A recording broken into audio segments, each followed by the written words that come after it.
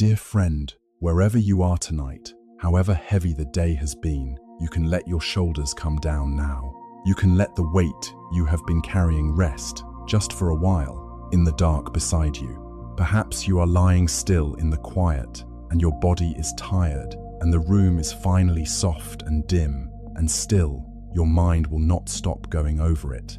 The thing you said this morning that you wish you had not said, the small mistake no one else even noticed, the long, patient list your mind keeps of all the ways you were not quite enough today. You are not the only one awake with that list. There are so many of us, right now, holding the same quiet ledger in the dark, adding to it, reading it back, certain that if we are only hard enough on ourselves, we will finally become the person we are trying so hard to be. I know that feeling. I know the way the mind sharpens itself against you in the last hour of the day, when there is nothing left to do but lie still and be judged by your own voice. And I want to tell you something gentle, something old, before you drift off tonight. The voice that tells you to try harder, to be harder, to grind away your own rough edges by force. That voice is not the one that makes you soft again. It never was. Consider, for a moment, the moon on the surface of a still pond. The moon does not push its way down into the water.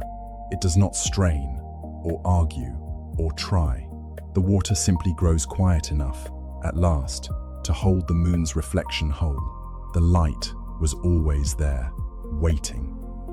The water did not earn it. The water only stopped trembling long enough to receive it. And so it is, perhaps, with the softness you are looking for in yourself tonight. You do not have to fight your way into being gentle again. You do not have to carve it out of yourself with a blade. You only have to grow still enough to let it return. There is an old image I have always loved, and it is the one we will sit beside tonight. A stone in a river. A hard, sharp, angular stone with edges that could cut you, dropped one day into the current of a slow summer river. And the river does not attack the stone. The river does not scold the stone for being sharp. The river simply flows and goes on flowing, day after day, year after year, asking nothing, judging nothing. And one morning, long after, you reach into the shallows and you lift that same stone, and it is smooth, it is round. It fits the palm of your hand like something that was always meant to be held, and the stone did not try to become round. It did not strive or punish itself or stay up at night counting its own sharp edges. It only stayed in the water and let the water do what water does, slowly, with no force at all, only time and yielding and patience. So tonight, you do not have to do anything. You do not have to fix the person you were today. You do not have to solve yourself before morning. You can simply lie here in the dark, beside this old river, and let these old stories move past you the way the water moves past the stones, slowly, gently, asking nothing of you at all. You do not even have to follow them. Let the words wash over you, and through you, and away. If your mind drifts, let it drift. If you lose the thread, there is no thread to lose. There is only the river and the stone and the long, kind work of becoming soft again, which is already happening, even now, even as you rest. Let me tell you, then, of a small hermitage at the edge of a slow green river in the warm middle of summer, long ago, where a young monk once lived who could never quite forgive himself for being who he was. In that hermitage by the river there lived an old monk, and with him a young one, newly come to the robes, earnest as the morning and twice as anxious. The hermitage was a humble thing, a few rooms of weathered wood, a small worn hall for sitting, a garden gone half to moss, and beyond the garden the river, wide and unhurried, sliding past the reeds in the summer light. The cicadas sang in the heat of the afternoons. The evenings came down soft and blue. It was the kind of place where nothing happened quickly, and the young monk, who wished very much for things to happen quickly, found this almost unbearable. The young monk wanted to be good. That was the whole of his trouble, though he did not yet understand that it was a trouble at all. He wanted to be good the way a starving man wants bread, completely, desperately, without rest. He kept a careful accounting of himself. Each morning he rose before the bell and resolved to be flawless. And each night he lay down, having failed, in his own eyes, in 100 small ways. A word spoken too sharply, a chore done too slowly, a moment of pride, a moment of envy, a prayer his mind had wandered through. And he would lie awake going over the day's ledger, certain that tomorrow he would be harder on himself, and that this hardness would, at last, make him into someone worthy of the robes he wore. One afternoon, in the cool of the prayer hall, the young monk made a small mistake in the evening rite. He set down the water bowl a moment too early, before the old monk had finished the chant, so that a single low note hung in the air with no answering gesture beneath it. No one else would have noticed. No one else was even there to notice. It was only the two of them in the dim hall, and the old monk had not so much as paused. But the young monk noticed. The young monk noticed everything he did wrong, and nothing he did right. And the moment the rite was finished, he turned to the old monk and began to apologize. He was sorry, he said. He was so sorry. He had ruined the rite. He had been careless, again, as he was always careless, and he did not deserve to perform the evening prayers at all, and he would practice the sequence 100 times tonight, 1,000 times, until his hands never erred again. The words came tumbling out of him, faster and faster, the way they always did, each apology breeding the next, until he was apologizing not only for the bowl but for himself, for the whole shape of himself, for being a person who made mistakes at all. The old monk listened to all of this without a word. He let the young monk run on until the apologies began, at last, to slow of their own weariness, the way a stream slows as it widens toward the sea. And then, when the young monk had fallen silent, the old monk did not tell him that it was all right. He did not tell him the mistake was small. He did not argue with the ledger at all. He simply stood, slowly, in the dim hall, and said, "Come, walk with me in the garden before the light goes." So they went out into the evening garden together, the old monk ahead and the young monk trailing behind, still wretched, still turning the failure over in his mind. The garden was warm and overgrown and smelled of moss and river water. And the old monk walked among the soft green stones and the leaning grasses until he came to a low corner where a single stone sat half buried in the earth, and there he stopped and gestured down at it and waited. The young monk looked at the stone. It was an ordinary stone, grey and smooth and rounded, about the size of 2 cupped hands, worn into a shape so gentle that the eye slid right over it. "I do not understand," the young monk said. "It is only a stone." "It is only a stone," the old monk agreed. "Now it is, but I have known this stone a long time, longer than I have known you. When I was young, no older than you are now, and newly come to this place, my own teacher set this stone here in the garden, in this very corner, and in those days it was not smooth at all. It was sharp. It had edges like broken pottery. You could have cut your hand on it. My teacher used to say it was the ugliest stone in the whole valley, and he said it with great affection, the way you might speak of a difficult friend." The young monk looked again at the stone and tried to imagine it sharp, and could not. "For all these years," the old monk went on, "this stone has sat here, half in the earth, where the rain runs down off the eaves and gathers and trickles past it on its way to the river. Only that, a little water, when it rains. A little water, year after year, running over it, around it, asking nothing of it. And see what the water has made of it." He crouched, slowly, his old knees creaking, and laid his palm flat upon the stone, the way one might lay a hand upon the head of a sleeping child. Round, smooth, kind to the hand, the kind of stone you would want to hold. He looked up at the young monk then, and his eyes were not stern at all. "Tell me," the old monk said, "in all these years, do you suppose this stone ever stayed awake at night, ashamed of its sharp edges? Do you suppose it scolded itself and resolved to try harder and ground itself against the other stones by force, hoping to wear itself smooth before morning. The young monk almost smiled, in spite of himself. "No," he said. "It is only a stone. It cannot do anything at all." "It cannot do anything at all," the old monk said softly.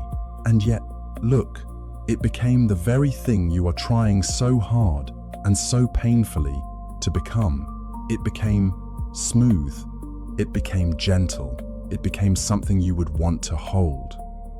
And it did this not by trying and not by punishing itself for its edges, but only by staying where it was and letting the water pass over it, slowly, without force, for a very long time. The water did not hate the stone for being sharp. The water did not demand that the stone change by morning. The water only flowed, and the changing happened on its own, in its own season, the way all true changing happens, not by force, but by patience, and by yielding, and by time. The young monk crouched then, and laid his own hand upon the stone beside the old monk's, and felt how warm it was from the long summer day, how smooth, how unhurried. And something in his chest, which had been clenched tight all evening around the small failure of the water bowl, loosened just a little, not all at once, not completely, but a little. "You set down the bowl too early," the old monk said, rising. "That is all that happened today. One small edge on a long, long stone. There will be others. There have been edges on you since the day you were born, and there will be edges on you on the day you die. And that is not a flaw in you. That is only what it means to be a stone newly come to the river. The river is patient. The river has all the time there is. You do not have to wear yourself smooth tonight. You only have to stay in the water and let it do what water does." And the two of them stood a while longer in the warm, dark garden, saying nothing, while the last of the light went out of the sky, and the first cool breath of the river came up through the grasses, and the stone, which had once been sharp, sat smooth and round in the earth between them, having forgotten, long ago, that it had ever been anything else. There is another old teaching that belongs to this same quiet truth, and it is told not as a lesson but simply as a thing one might notice if one sat long enough beside moving water. Once, in a season much like this one, in the warm green stillness of a summer that seemed as though it would never end, the river ran past the hermitage, as it always ran, full and slow and patient, sliding over the smooth backs of the stones, curling around the reeds, going on and on toward a sea it had never seen and did not need to see. And in the shallows of that river there lay a great many stones, of every shape the earth could make. Some were round and some were jagged. Some were flat and broad as a hand laid open. Some were small and dark and humble. Some were pale and large and proud. And the river moved over all of them without preference, without comment, without the smallest change in its quiet song. A traveler came down to the river's edge one afternoon to fill his gourd, a tired man with dust on his sandals and a long road behind him, and he sat a while in the shade of the willows to rest his feet in the cool of the shallows. And as he sat, his eyes fell upon the stones beneath the moving water, and a strange and tender thought rose in him, the kind of thought that only comes to a person who is tired enough and quiet enough and far enough from his own life to see clearly for a moment. He noticed that the river did not seem to mind the shape of any stone at all. The sharp stone and the smooth stone lay side by side in the streambed, and the water passed over both of them with exactly the same gentleness. The water did not rush angrily at the jagged stone and slide lovingly over the round one. The water did not pause at the ugly stone to scold it, nor linger at the beautiful one to praise it. The water did not seem to know, or to care, that there was any difference between them at all. It only flowed. It touched each stone with the same cool, even, endless touch, asking nothing, judging nothing, simply moving over whatever it found and continuing on its way. And the traveler thought of how it was with people, He thought of how he had spent his whole life believing that he was being watched and weighed and measured, that some great river of judgment was forever running over him, lingering on his flaws, recoiling from his rough places, keeping a careful account of every way in which he fell short of the smooth and finished shape he was supposed to be. He had lived as though the very world were appraising him. He had lain awake under that imagined gaze for more nights than he could count. But the river judged nothing. The river simply flowed. He bent closer to the water and looked at one stone in particular, a sharp, dark stone with a cruel-looking edge, and he watched the current move over it, and he saw that even now, even in this very moment, the water was wearing that edge away, not in anger, not as a punishment, not because the stone was bad and had to be corrected. The water was softening the stone, simply because that is what water does to whatever it touches, given time. The smoothing was not a verdict. The smoothing was a kindness so patient that it did not even feel like an act. It felt like nothing at all. It felt like being left alone, gently, in moving water, for a very long time. The traveler understood then, sitting there with his feet in the cool river and the willows whispering above him, that the stone did not have to do anything to become smooth. The stone did not have to convince the river of its worth. The stone did not have to prove that it deserved to be softened. The stone only had to be where it was, in the water, and let the water pass. The work was the river's work, not the stone's. The yielding was the only thing the stone had to do, and even the yielding was not a striving. It was simply the natural way a stone rests in a current, letting itself be touched. Perhaps you have spent a long time believing that the world is keeping a ledger of you. Perhaps you lie awake even now beneath that imagined gaze, certain that you are being measured, certain that your rough places are being counted against you in the dark. But notice, if you can, that the river running through these old stories asks nothing of the stones at all. It does not love the smooth one more. It does not love the sharp one less. It only flows, and in its flowing, without any effort on the stone's part, the sharp becomes gentle in its own slow season, as a gift and not a sentence. The traveler filled his gourd at last, and rose, and went on his way down the long road, lighter than he had been when he sat down, though he could not have told you why. And the river closed quietly over the place where his feet had been, and moved on over the sharp stones and the smooth stones alike, singing its one low, patient song, wearing the whole world gentle, in no hurry at all, asking nothing of anything it touched. There is a story they used to tell in the villages along that river about a potter and a broken bowl, and it speaks to the same gentleness, though it begins, as so many of these stories do, in fear. Once, in a town not far from the hermitage, there lived a young potter who worked in the household of a wealthy and respected man.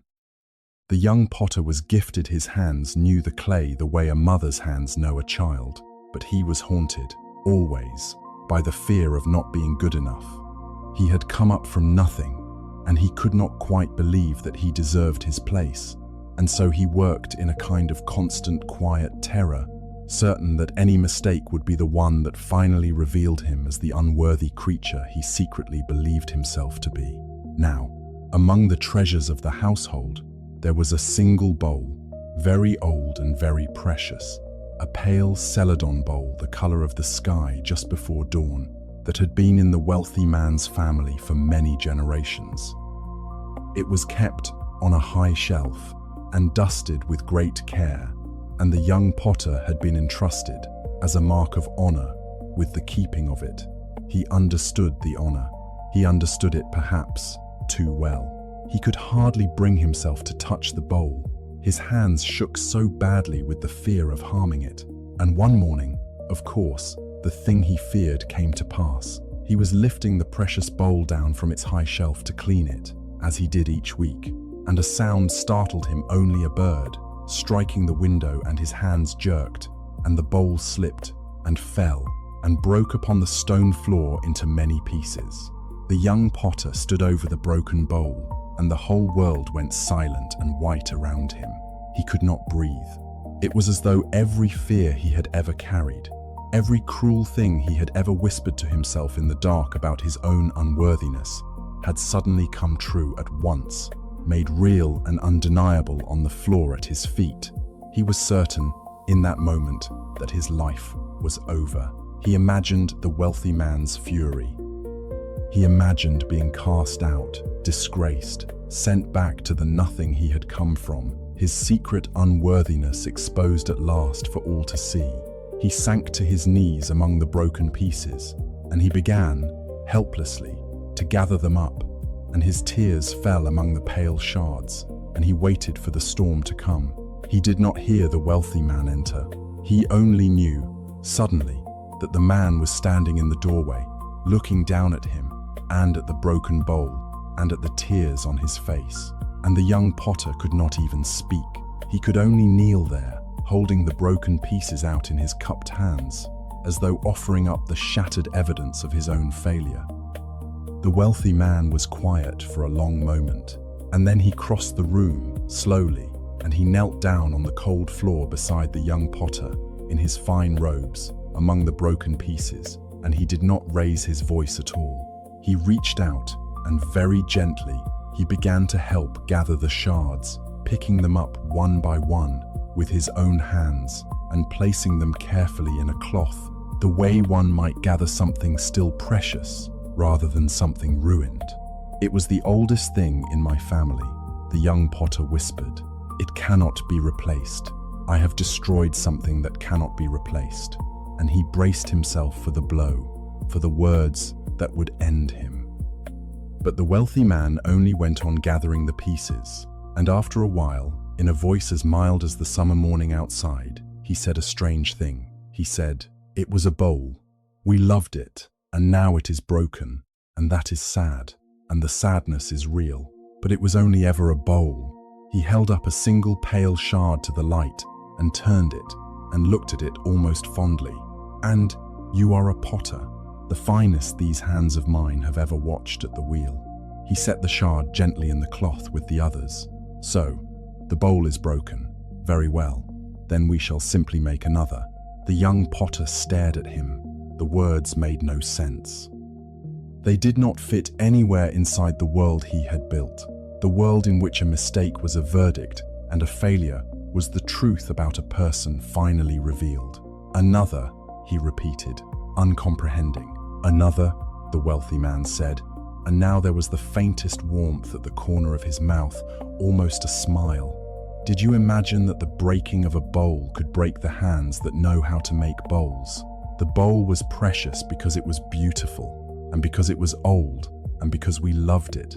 But the thing that made it the gift, the patience, the knowing in your hands that is not broken, that was never on the shelf.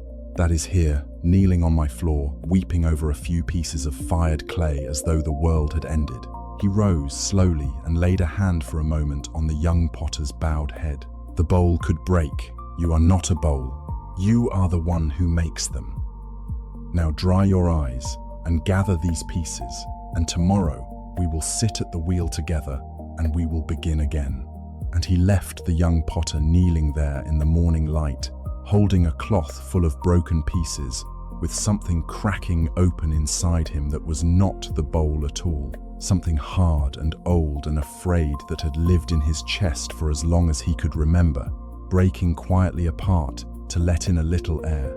For he had spent his whole life believing that he was the bowl, fragile, precious only so long as he remained perfect, ruined utterly the moment he broke. And he saw now, kneeling on that cold floor, that he had never been the bowl at all. He was the potter. He was the hands and the patience and the long love of the work, none of which any mistake could shatter. A bowl can break, and it is sad, and then you make another, and the making is the thing that cannot be taken from you. The breaking is not the end of the maker. It is only the end of one bowl. Perhaps you, too, have spent a long time believing that you are the bowl, that you are precious only so long as you do not crack, and that the day you finally make the mistake you have always feared, you will be revealed as worthless and cast away. But notice, tonight, that you are not the bowl. You are the one who goes on living and loving and making after the bowl has broken. The mistake you made today did not shatter the maker. The maker is still here, breathing in the dark, with all the long patient gift of itself intact. There will always be another bowl. There has always been another bowl. And the hands that make them are gentler, in the end, for having once knelt on the cold floor and learned that they could survive the breaking. The same quiet truth lives in another tale, one the old monk told the young one on a warm evening when the cicadas had gone silent and the river had turned to dark glass beneath the rising moon. In the hermitage by the river, the young monk was not alone in his studies. There was another, an older student, a senior of some years, whom everyone called Brother Still, because he seemed to carry an unshakable calm wherever he went. Brother Still rose without complaint before the bell. His chants were flawless. His robes were always neat.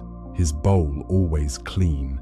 His face always composed in a serene half-smile that seemed to come from some deep well of peace the young monk could not even imagine reaching. And the young monk, watching him, was eaten alive by the comparison.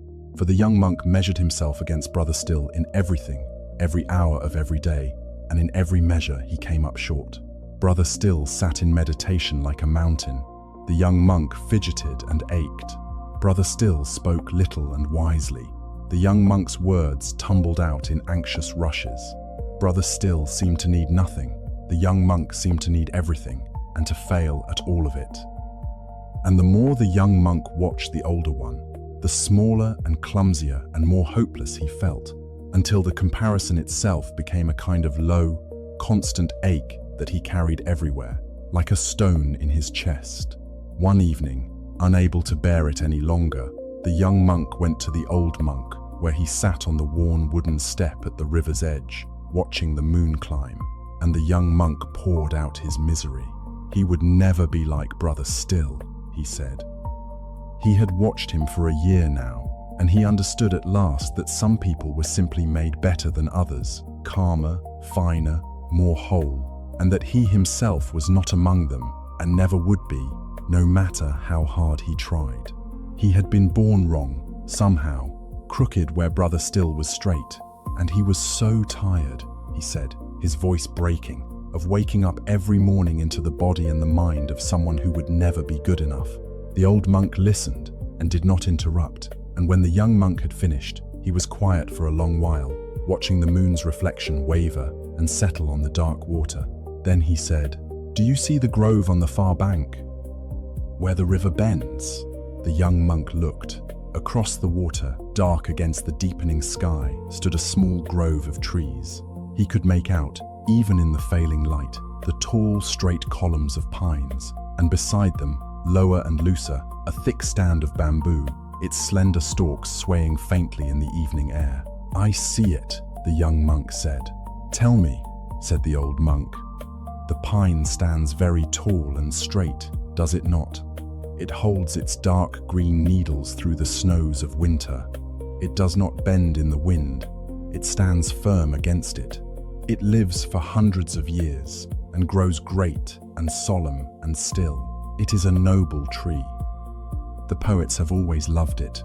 "Yes," said the young monk, "and the bamboo beside it. The bamboo is not tall and straight in the same way. The bamboo is hollow.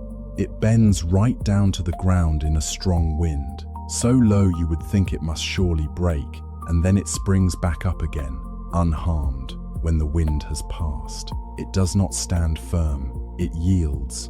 It grows quickly and lives briefly compared to the pine.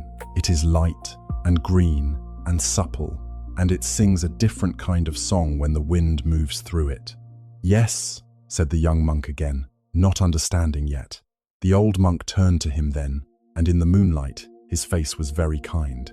"Tell me then, when you look at that grove, does the bamboo stand there in misery, ashamed that it is not a pine? Does the bamboo lie awake at night, if a tree could be said to lie awake, grieving that it bends instead of standing firm, that it is hollow instead of solid, that it lives briefly instead of long? Does the bamboo watch the pine and whisper to itself, all day and all night, 'I am crooked, I am weak, I will never be straight and noble'? and enduring the way the pine is, I was made wrong." The young monk was silent. "And the pine?" The old monk went on, gently. "Does the pine envy the bamboo? Its suppleness, its quickness, the green music it makes in the wind? Does the pine torment itself for being unable to bend? Does it lie awake ashamed that it cannot do the thing the bamboo does so easily?" "No," the young monk said at last, very quietly. "They are only trees. The pine is a pine. The bamboo is bamboo. They do not compare themselves at all.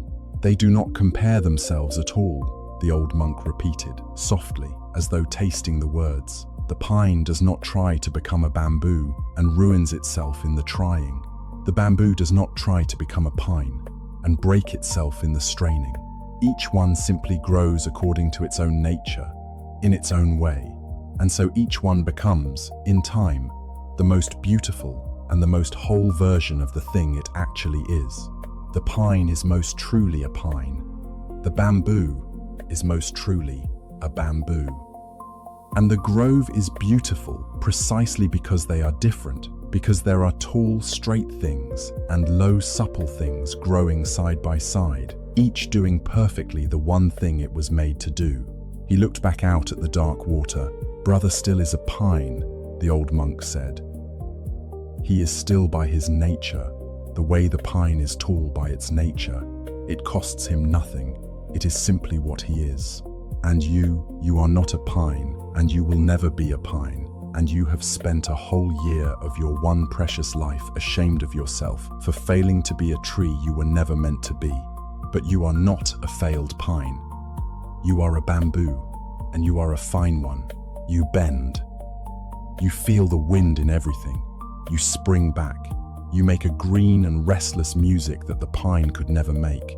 The very quickness and openness and sensitivity that you despise in yourself, that you call crookedness and weakness, these are not your failures. They are your nature. They are the shape of the particular tree that you are. And if you would only stop trying to become Brother Still and let yourself grow according to your own nature, you would find that you, too, can become whole, not by becoming him, but by becoming, at last, fully and without shame, yourself. The young monk sat with this for a long time, there on the worn step at the river's edge, watching the dark grove sway across the water. And slowly, the old ache in his chest, the stone of comparison he had carried for so long, began to loosen and dissolve. For he saw that he had been measuring himself against the wrong thing entirely, that he had been standing in the soil, a young green bamboo, weeping because he was not a pine, when all the while the only thing the world had ever asked of him was that he grow tall and supple and alive in the way that bamboo grows. "Brother still does not envy you," the old monk added, after a while with the faintest smile. "But neither does he look down on you. He is too busy being a pine to spend any time at all on the question of whether the bamboo ought to be more like him. That question lives only in you. And the day you set it down is the day you will finally be free to grow. Perhaps you, too, have a pine somewhere in your life, someone who seems to do effortlessly the very thing you struggle and strain and shame yourself over. And perhaps you have spent more nights than you can count lying awake, measuring your own crooked, supple, particular self against their straight and noble shape, and finding yourself wanting. But notice tonight that you were never meant to be a pine. You are the tree you are.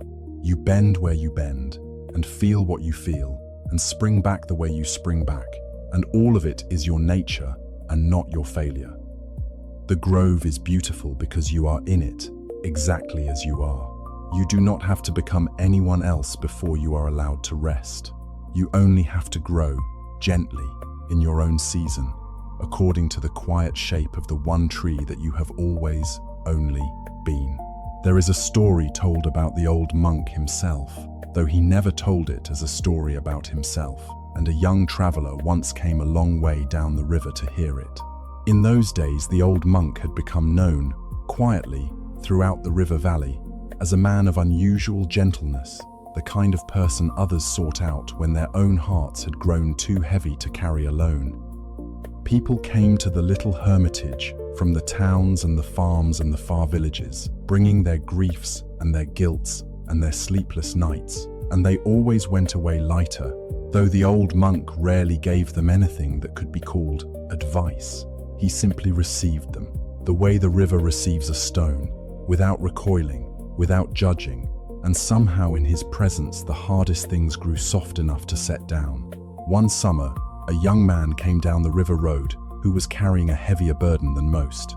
He was perhaps 30 years old, well-dressed, with the look of someone who had once expected great things of himself, but there was a haunted hollowness about his eyes, and he walked as though something invisible were pressing down upon his shoulders.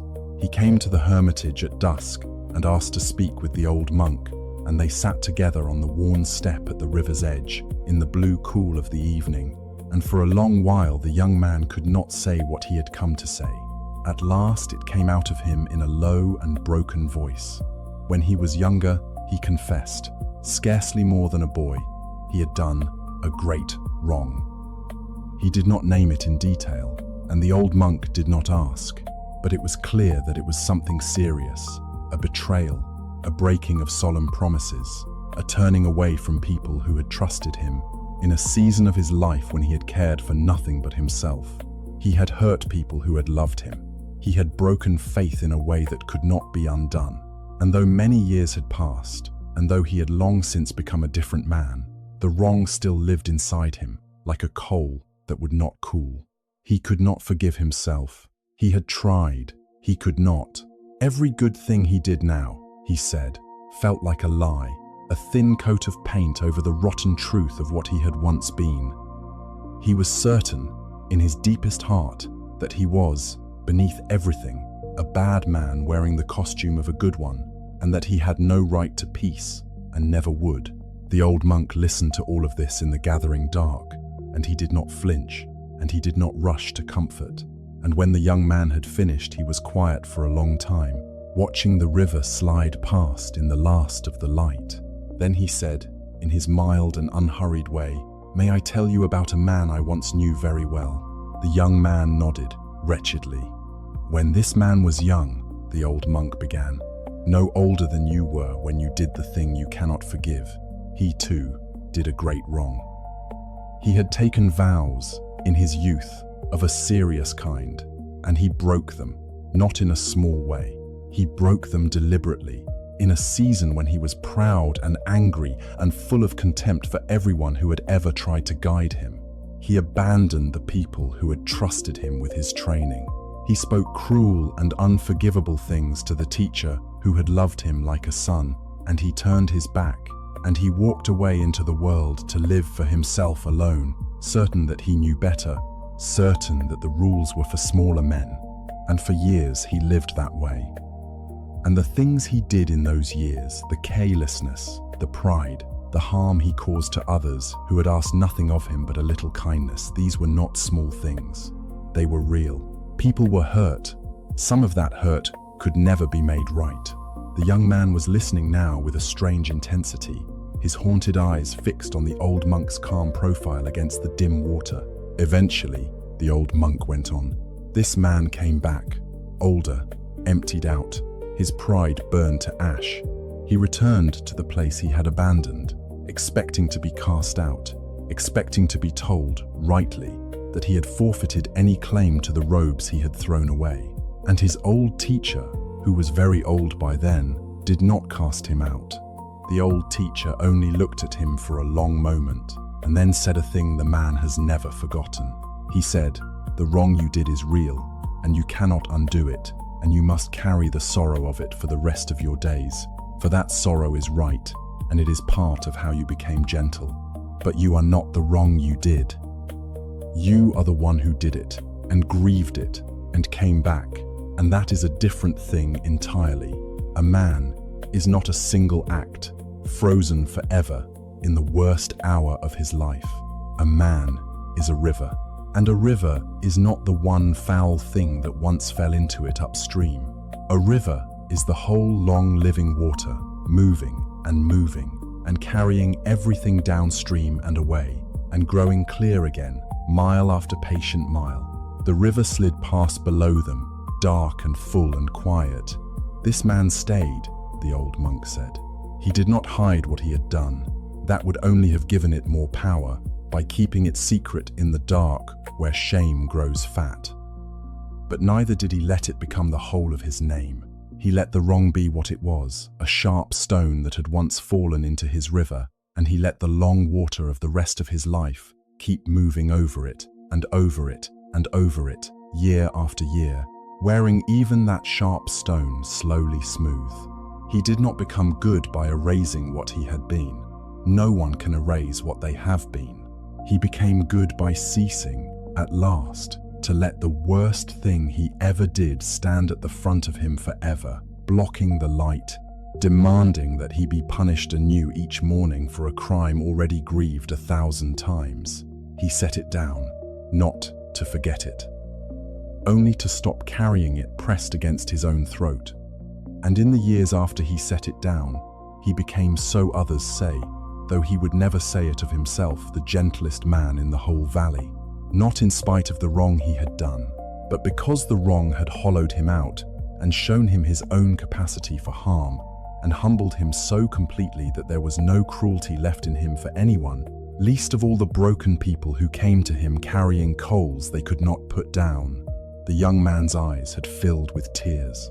"And this man," he said, very quietly, though he already knew. "Where is he now?"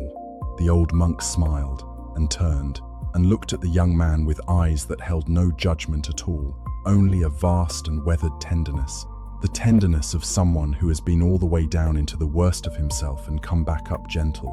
"He is an old man now," he said. "He sits by a river in the summers, and people come to him with their heavy hearts, and he tells them what his own teacher told him long ago. He tells them that they are not the worst thing they have ever done. He tells them that they are the river and not the stone.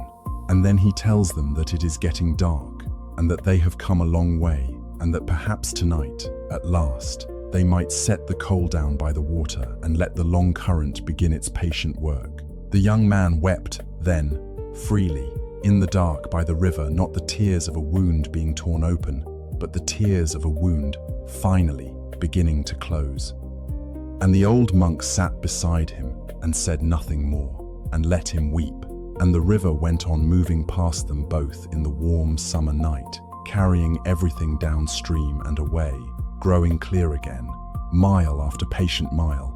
Perhaps you too carry a stone that fell into your river long ago, some old wrong, some failure, some hour you would give anything to live again differently. And perhaps you have let that one stone stand at the front of you for years, blocking the light, demanding to be the first thing you see when you wake and the last thing you see before you sleep. But you are not the stone. You are the river, the whole long living water of everything you have been since, and everything you are still becoming. The stone is real, and the sorrow is real, and you may carry the sorrow gently all your days. For sorrow can make a person tender, but you do not have to keep the stone pressed against your throat. You can set it down in the shallows tonight, where the current can reach it, and let the long, patient water begin, at last, to wear it smooth. There is a teaching that hides in the river itself, in the very places where the water runs fastest, and an old woman once learned it without anyone meaning to teach her at all. She had come to the hermitage worn thin by a long and difficult life. She had buried more than she had ever thought a person could bury, and worked harder than she had ever thought a body could work. And somewhere along the way she had come to believe a quiet and terrible thing about herself, that she must, in some way she could not name, have deserved it all. That the hardness of her life was a kind of verdict. That if she had been a better person, a worthier person, the road would have been gentler beneath her feet. She did not say this aloud. She was not a woman who said such things aloud, but it sat in her like a sediment, the belief that her suffering was a punishment, and that the punishment was, in some hidden way, just.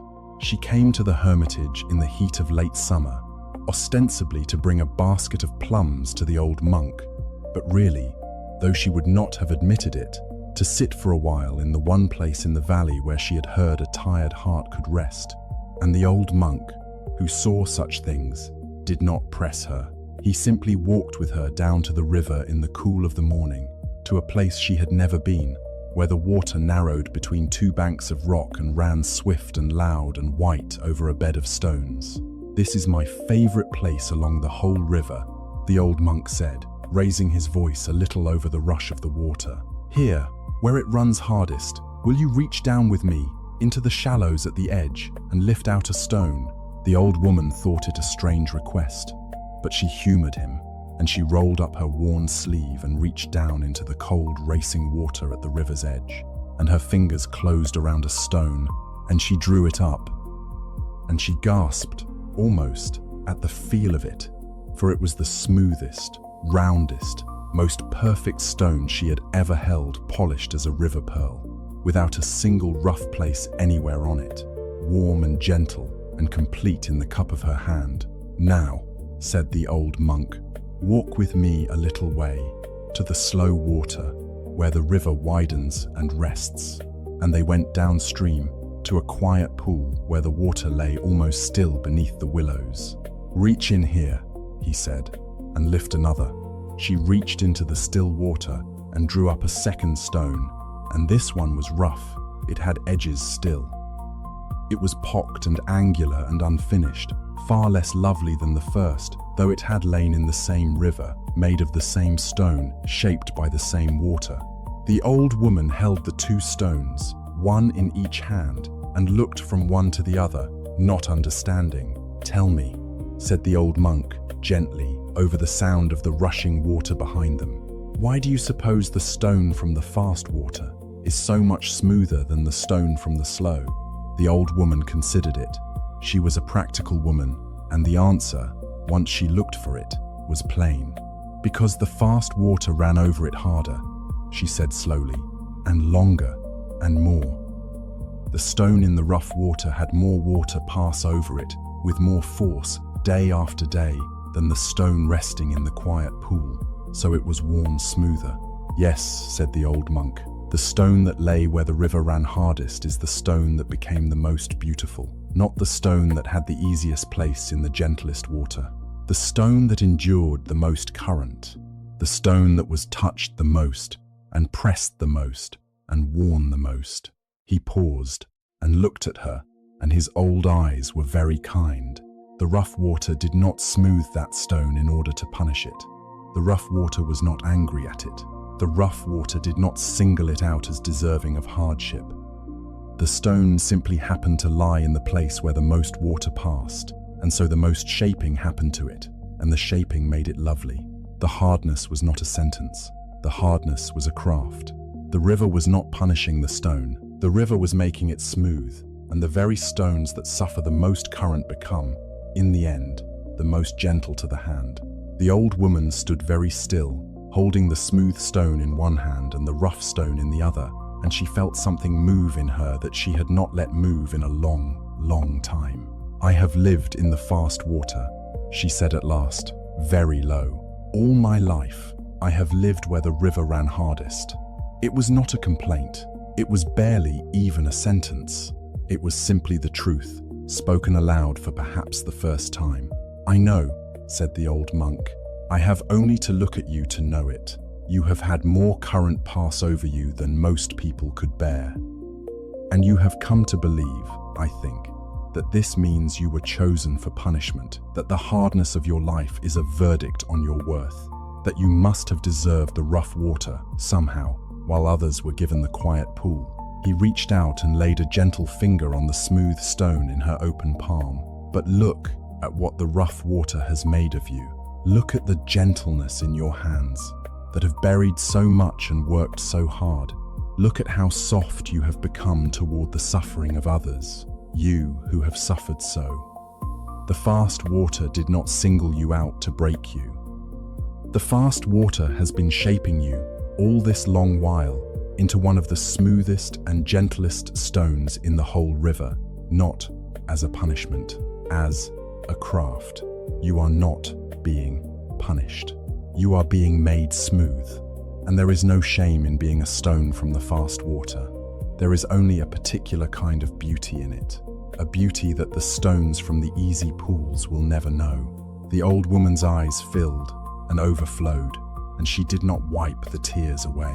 She stood there in the morning light by the rushing water, holding the smooth stone the fast current had made, and she let herself, for the first time in years, feel not cursed but shaped, not punished, but slowly, patiently, against all her own harsh judgment, made gentle. She kept that smooth stone. She carried it home in the pocket of her worn coat, and for the rest of her days, whenever the old hard voice rose in her to say that her suffering was a verdict and her difficulty a deserved thing, she would close her hand around the smooth stone from the fast water and remember that the river had never been punishing her.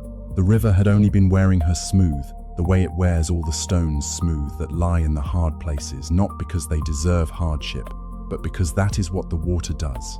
Patiently, to whatever lies in its path, it makes it gentle. Perhaps you too have lived in the fast water. Perhaps more current has passed over you than over most, and you have come to believe, in some quiet sediment of your heart, that you must have deserved it, that the difficulty of your life is a judgment on your worth. But the river is not a judge. The river does not punish the stones in the rapids. It shapes them, and the stones in the hardest water become the smoothest of all. The hardness you have borne was never a verdict on you. It was a slow and patient craft, working you gentle, working you kind, working you into something soft enough, at last, to be held. You do not have to deserve your rest tonight. The fast water never asked the stone to deserve anything. It only asked it to lie still and let itself be smoothed. There is a tender story about the young monk and a poem which the old monk never spoke of afterward, out of kindness, but which the young monk himself remembered all his life. The young monk, for all his anxiousness, had a secret. In the evenings, when his chores were done and the hermitage had gone quiet, he wrote. He would take a scrap of paper and a stub of ink and, by the light of a single small lamp, he would try to set down the things he felt the way the river looked at dusk, the ache in his chest he had no other words for, the strange and wordless longing that the summer evenings stirred in him. He loved to write. It was the one thing he did, purely for itself, without thought of duty or merit, and it was also, for that very reason, the thing he was most ashamed of. For the young monk believed his writing was bad. Worse than bad, embarrassing, clumsy, the fumbling of someone with no real gift, who only flattered himself that he had something to say. Each evening he would write and feel briefly alive in the writing, and then read back what he had written and burn with shame at how far short it fell of the beauty he had been reaching for. And so he kept his writing hidden. He told no one. He was certain that if anyone ever read it, they would see at once how foolish he was, how presumptuous, a clumsy boy daubing ink and calling it poetry. The shame of being seen was worse to him than the loneliness of hiding. One summer evening he wrote a poem. It came out of him almost without his choosing. It a small poem about the river, and a stone in the river, and the moon on the water, and a feeling he could not have named, but had somehow, this once, almost caught. And for a single moment, reading it back, he felt that it was not good. He would never have allowed himself the word good, but true, that it had touched, however clumsily, something real. The feeling frightened him.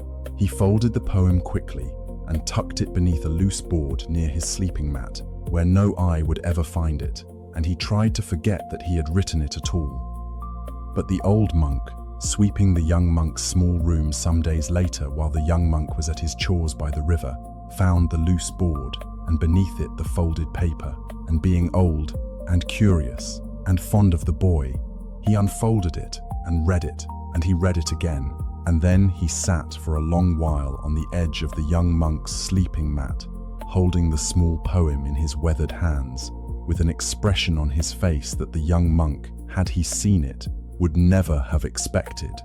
An expression of quiet, unguarded delight.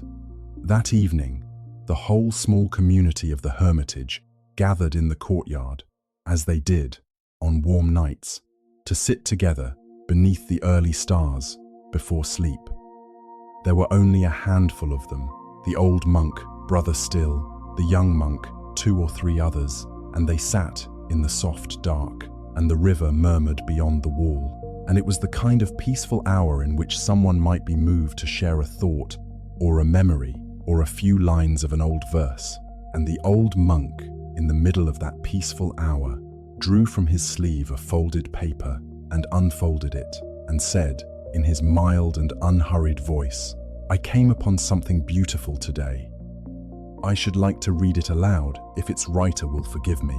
And before the young monk could understand, before he could move or speak or flee, the old monk began to read the young monk's own poem into the warm dark of the courtyard in his slow and gentle voice. The young monk froze. His whole body went cold and then hot. He wanted to leap up, to snatch the paper away, to cry out that it was nothing, that it was a mistake, that they must not listen. The shame rose in him like floodwater. He sat rigid in the dark, certain that at any moment the others would begin to laugh, or to wince, or to exchange the pitying glances people exchange over the clumsy efforts of someone who does not know how small their talent is. But the old monk read on, unhurried, and he did not change a single word. He did not improve the clumsy lines. He did not smooth the awkward places. He did not apologize for the writer or explain that it was the work of a beginner. He simply read the poem exactly as it had been written, slowly, with care, the way one reads something one finds beautiful, letting each line land in the warm night air, letting the small images breathe, giving the young monk's own words the dignity of being spoken aloud by an unhurried voice that clearly, unmistakably, loved them. And the strangest thing happened to the young monk as he listened, hearing his own words in another voice, a kind voice, an old voice, a voice with no shame in it at all. He heard them, for the first time, the way another person might hear them. He had only ever heard those words inside his own head, where they arrived already drowned in his shame, already condemned before they could be felt. But spoken aloud, in the old monk's gentle voice, in the soft summer dark, with the river murmuring beyond the wall, the words were not embarrassing at all. They were tender. They were true. Ah, ah, ah. The small poem about the stone and the moon and the river reached across the dark courtyard and touched something in everyone who heard it. And when the old monk finished reading, there was a silence. And it was not the silence of pity. It was the silence that follows something genuinely beautiful. The silence of people who have been, for a moment, gently moved. "Who wrote that?" one of the others asked softly, into the dark. And the old monk did not say. He only folded the paper again and looked, just for an instant, across the courtyard to where the young monk sat, with an expression of such warmth that the young monk's eyes filled and overflowed in the darkness where no one could see. "Someone," the old monk said, "who believes his own work is not worth showing to anyone. Someone who hides what is beautiful in him because he has decided, all by himself, that it must be ugly." He tucked the paper away. It is a strange thing, is it not, how harshly we judge the very things in ourselves that others would find most worth loving. How sure we are that what we make is clumsy and foolish, when to another ear it might be the truest thing they hear all year. The young monk could not speak. He sat in the warm dark, with the tears running down his face, and he understood that the old monk had given him a gift he could never repay. He had let the young monk hear himself through someone else's ears, and so had let him discover that the thing he had been most ashamed of was, in fact, one of the best and truest things in him. For the young monk had been the harshest judge his poem would ever have. The shame in his own mind had condemned his words long before any other person could ever weigh them, had drowned them at birth, had refused to let them be felt. And the old monk, by simply reading them aloud, unchanged, with love, had shown him that the verdict in his own head was not the truth. It was only the verdict in his own head. The world, given the chance, judged far more gently than he judged himself. Perhaps you, too, hide the truest things in you, certain they are clumsy and unworthy. Perhaps there is something you make, or feel, or are, that you have condemned in the secret court of your own mind, and tucked away beneath a loose board where no one will ever find it, because you are so sure that to be seen would be to be shamed. But notice, tonight, that you may be the harshest judge that thing will ever have. The voice that calls your tenderest efforts clumsy and foolish is not the voice of the world. It is only your own voice, drowning the words before they can be heard. If you could hear yourself the way a kind old monk in a summer courtyard might read your words aloud slowly, with love, unchanged, you might be astonished to find that the thing you were most ashamed of was beautiful all along. There is another teaching that lives in the sound of an old temple bell, and it was first understood, they say, by the very man who cast it.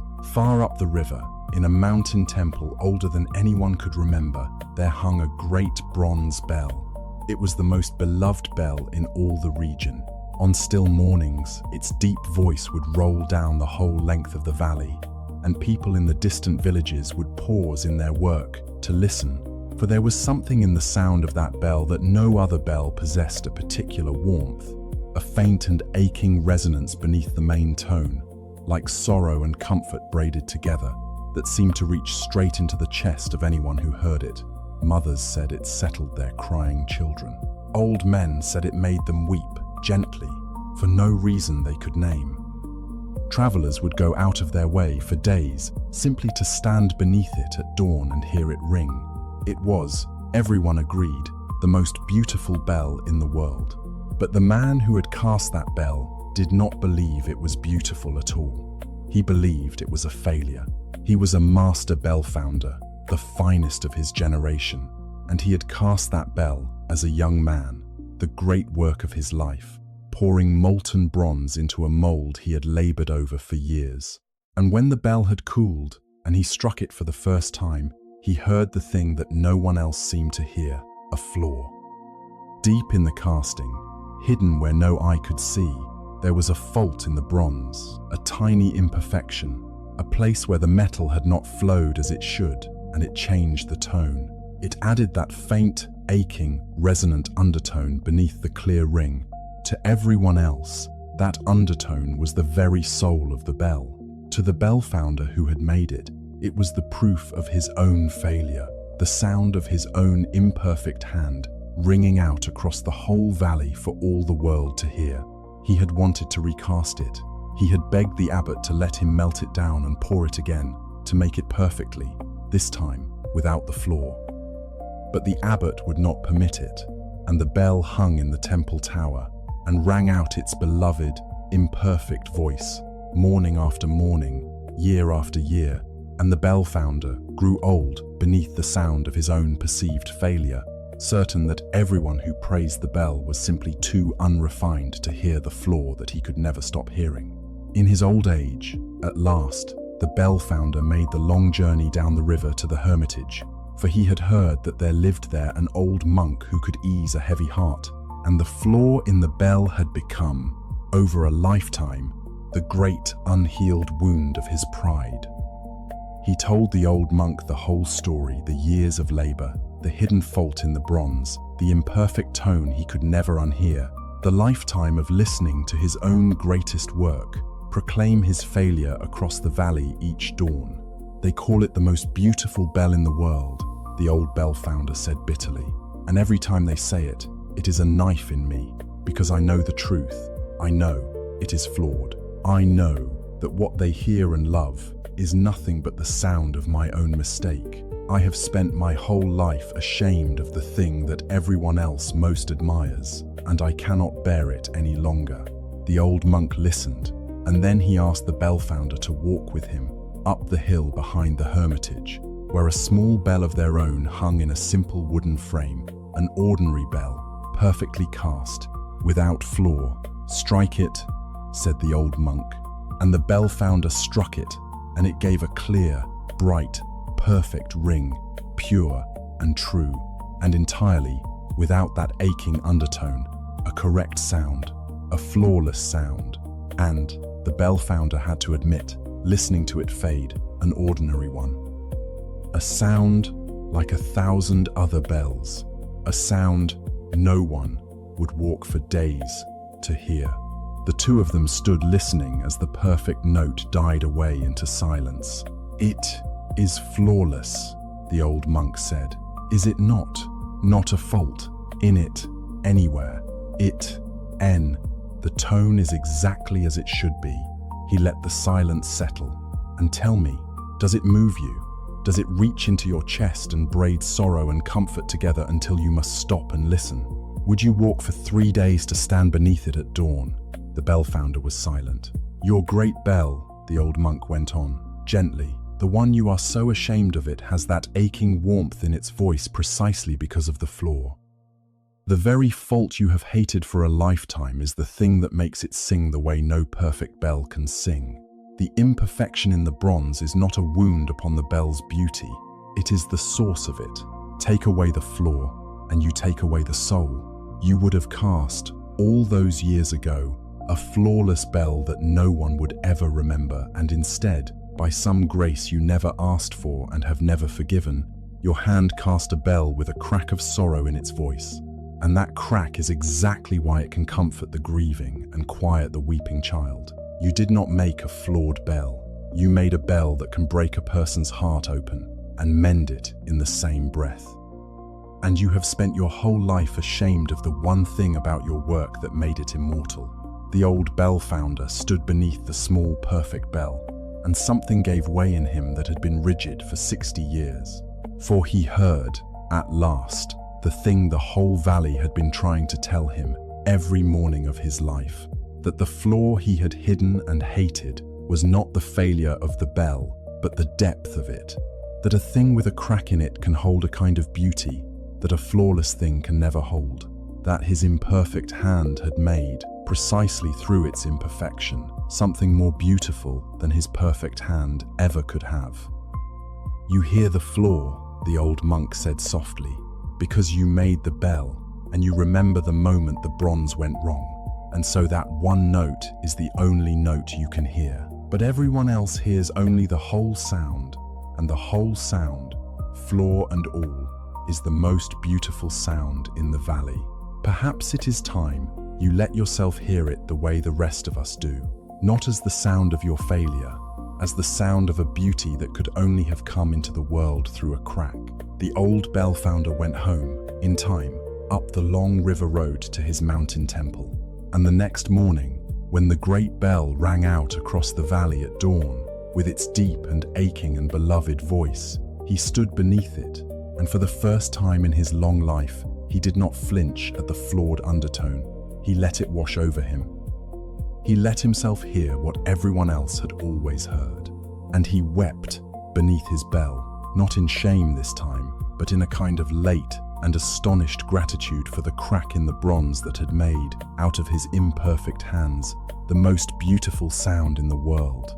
Perhaps there is a crack in you that you have hidden and hated your whole life long. Some flaw you are certain ruins you.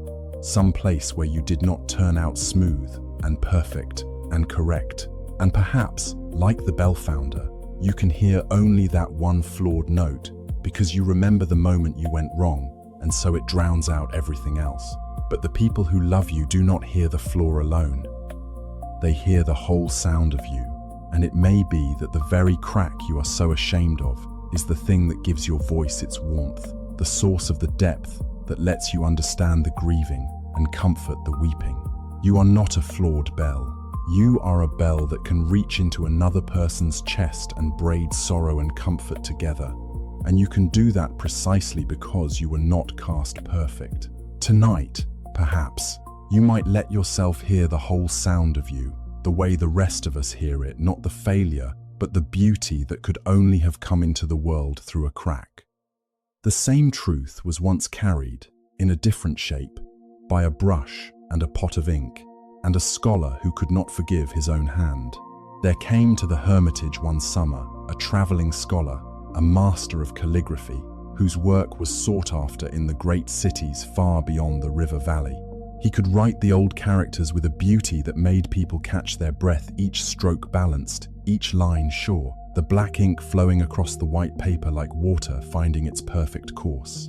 By every measure the world could offer, he was a master, and he was one of the unhappiest men the old monk had ever met, for the scholar could not bear imperfection in his own hand. He would sit for hours at his writing table, grinding his ink, dipping his brush, and beginning a single character. And if the stroke wavered, if the line was a hair too thick or a breath too thin, if the ink pooled a shade too dark at the turn, he would crush the paper and cast it aside and begin again and again and again. He would fill a whole room with crumpled, rejected sheets in pursuit of a single perfect character. And even when at last he produced one that satisfied him, the satisfaction never lasted.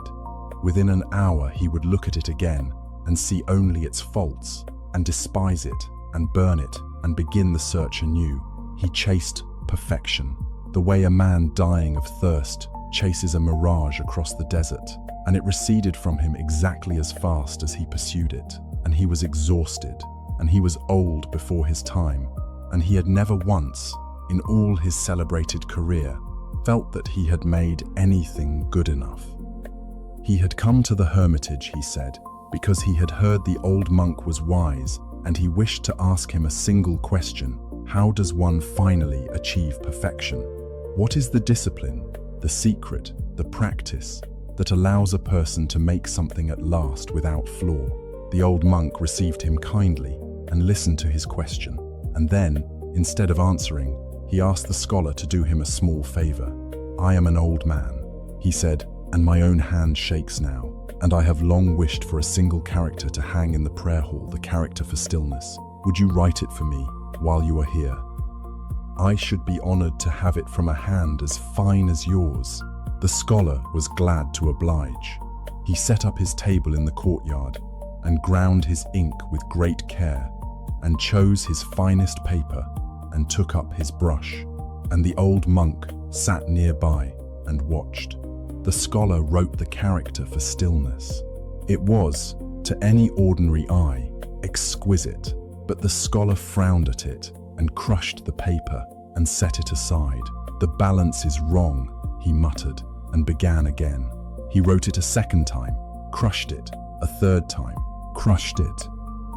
The crumpled sheets began to pile up beside the table, each one bearing a character more beautiful than most people see in a lifetime, each one condemned and discarded. The old monk watched in silence as the pile grew and grew, the scholar's frustration mounting with each rejected sheet, until at last the scholar threw down his brush in despair and said, You see how it is? I cannot make it perfect. I never can. There is always a flaw." The old monk rose, slowly, and walked to the pile of crumpled, rejected papers, and he knelt down beside it, and he began, gently, to smooth them out, one by one uncrumpling the discarded characters, laying them flat, looking at each one with quiet attention. And after a while he chose one, not the last one, not the one the scholar had labored over most. He chose one from early in the pile, one the scholar had crushed after only a moment, one with a stroke in it that wavered slightly, where the brush had hesitated, where the ink had pooled a little at the turn. "This one," the old monk said. "This is the one I should like to hang in my prayer hall." The scholar stared at him as though he had lost his mind. "That one? But that is the worst of them. Look, the third stroke trembles. The ink is uneven. The brush hesitated at the turn. It is full of faults. It is precisely the kind of failure I make when my hand is not yet warmed. I crushed it the moment I made it." "Yes," said the old monk, holding the smoothed sheet up to the light, studying the trembling stroke. "I can see where the brush hesitated. I can see where the ink gathered. And do you know what I see in that hesitation? I see a hand. I see a living, breathing person with a heartbeat and a breath that is never perfectly even, and a hand that trembles a little, because it belongs to a body and not to a machine. This character is alive. It breathes. The little waver in the stroke is the place where I can feel the person who made it. He turned the sheet toward the scholar. Your perfect characters, the ones you do not crush, they are flawless, and they are beautiful, and they are dead. They are so perfectly controlled that all the life has been pressed out of them. They could have been made by anyone, or by no one. But this one, this trembling, hesitating, imperfect one, this one could only have been made by you, by a real hand, on a real morning, with a real breath, moving through a real and living body. This is the one with a soul in it. And you crushed it without a second glance, because you have been taught to mistake the absence of life for the presence of perfection.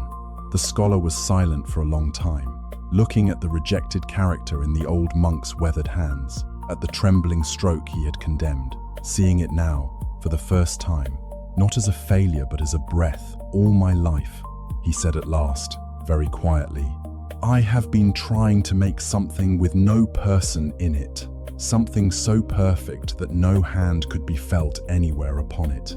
He laughed, a small broken laugh that was almost a sob. And I have been crushing, every single day, the only thing worth making the living, breathing, imperfect mark of a real person who was truly here. The flaw is where the life gets in, the old monk said gently, laying the smoothed sheet down with great care. A thing too perfect has no door in it for the soul to enter.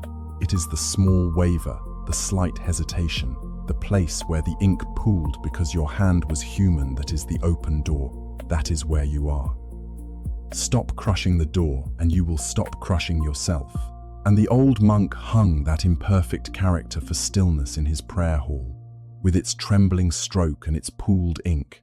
And for the rest of his days it was the thing visitors most often paused before, drawn to it without knowing why, feeling in its small imperfections the presence of a living hand, while the scholar's flawless masterpieces hung in the great houses of the cities, admired and correct, and somehow always a little cold. Perhaps you, too, have spent a long time crushing the door, discarding everything in yourself that wavers or hesitates or pools unevenly, chasing some flawless version of yourself with no living person in it. But the flaw is where the life gets in, the small tremble in your hand, the place where you are uneven, the hesitation that proves you are a breathing thing and not a machine. These are not the failures to be crushed. They are the open door through which everything that is warm and alive and true about you enters the world. A perfect you would be a dead you, admired and cold. The living you trembles a little, and that tremble is exactly where you are most worth loving. Tonight, perhaps, you might stop crushing the door and let yourself be the warm and imperfect and breathing thing that you have always only been. There is a small and tender story about a child and a torn picture and a seam of gold that belongs here among the others. In a village near the hermitage, there lived a little girl who loved to draw. She drew with a stick of charcoal on whatever scraps of paper she could find, the chickens in the yard, the moon over the rooftops, her grandmother's hands, the willow that leaned over the river. She drew because she could not help it. The drawing rose up in her the way song rises up in a bird. But she had also learned, already, young as she was, to be ashamed of what she made. For whenever she finished a drawing, she would look at it, and then she would look at the thing she had been trying to draw, and she would see the great gap between them, the way the moon in her drawing was lopsided, the way the willow's branches came out wrong, the way her grandmother's hands did not look like hands at all, but like strange spotted leaves, and the gap would fill her with a hot, sinking shame. And almost always, the moment she finished a drawing, she would tear it up at once into small pieces before anyone could see it, so that no one would ever know how badly she had failed to make the beautiful thing she had seen so clearly in her mind.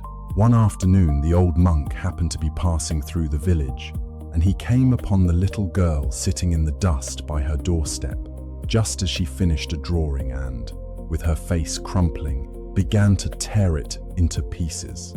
He stopped and watched, and then he came and crouched down beside her in the dust, his old knees creaking, and he picked up one of the torn pieces she had cast aside and looked at it. "Why did you tear it?"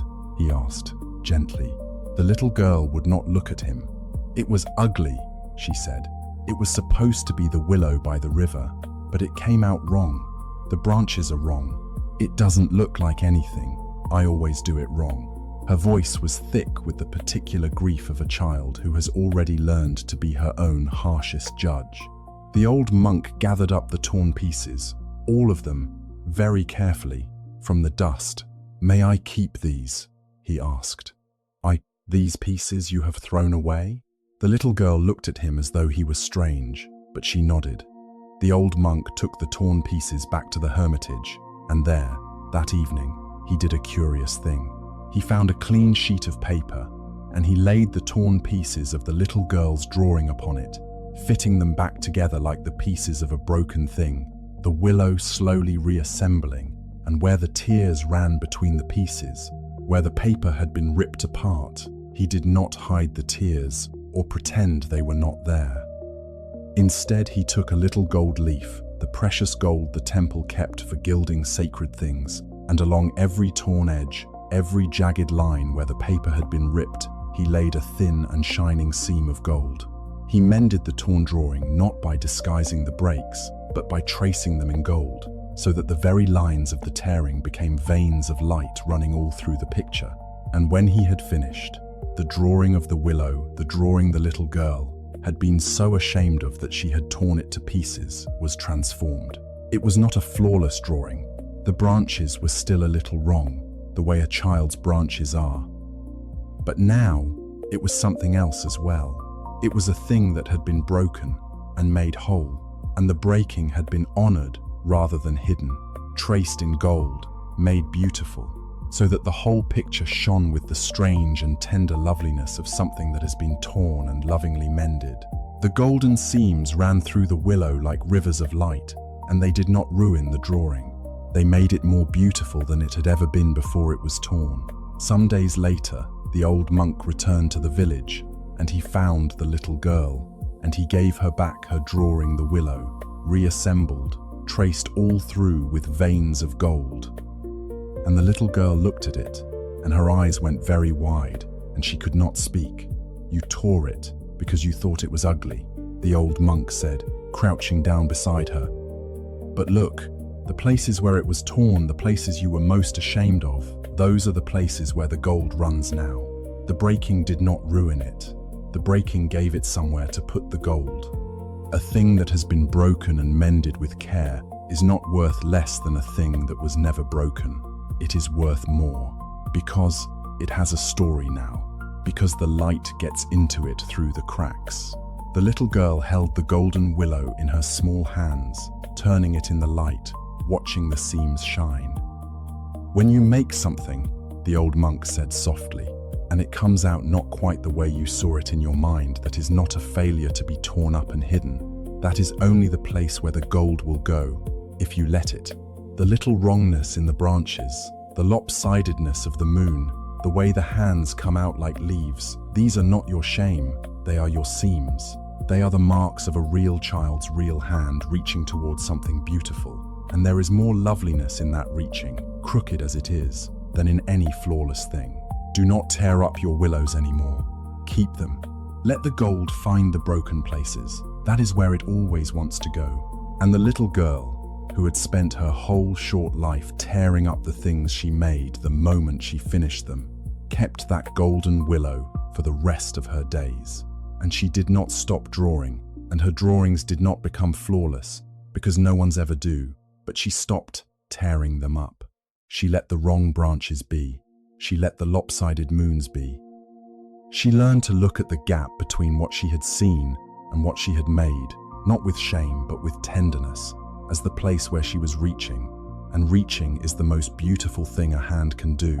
Perhaps you, too, have spent a long time tearing up your willows, destroying the things you make, and the parts of yourself you make them with.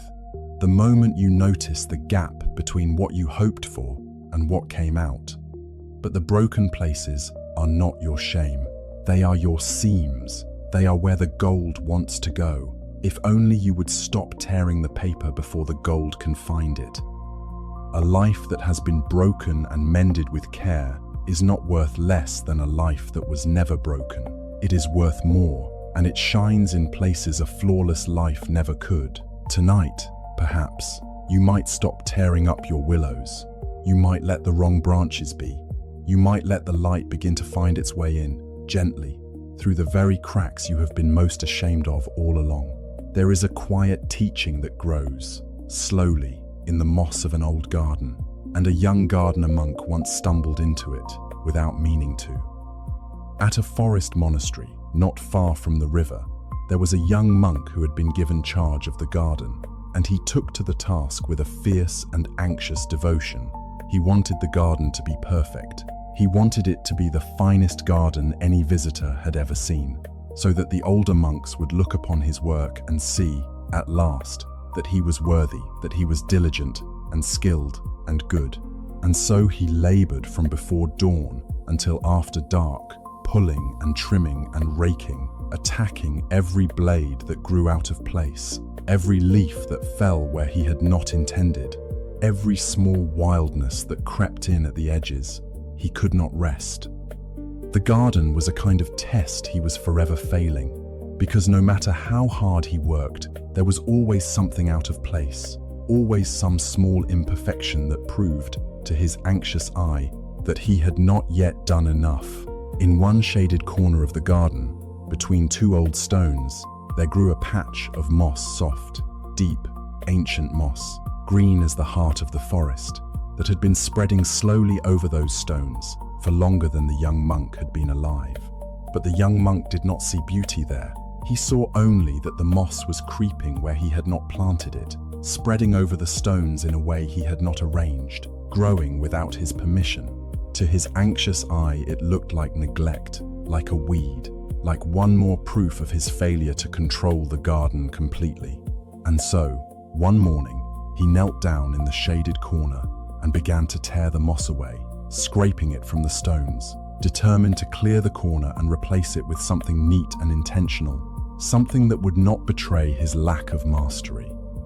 The old abbot of the monastery, passing by, saw what the young monk was doing and made a small sound of dismay, and came hurrying over as fast as his old legs would carry him. "Oh, gently, gently," he said.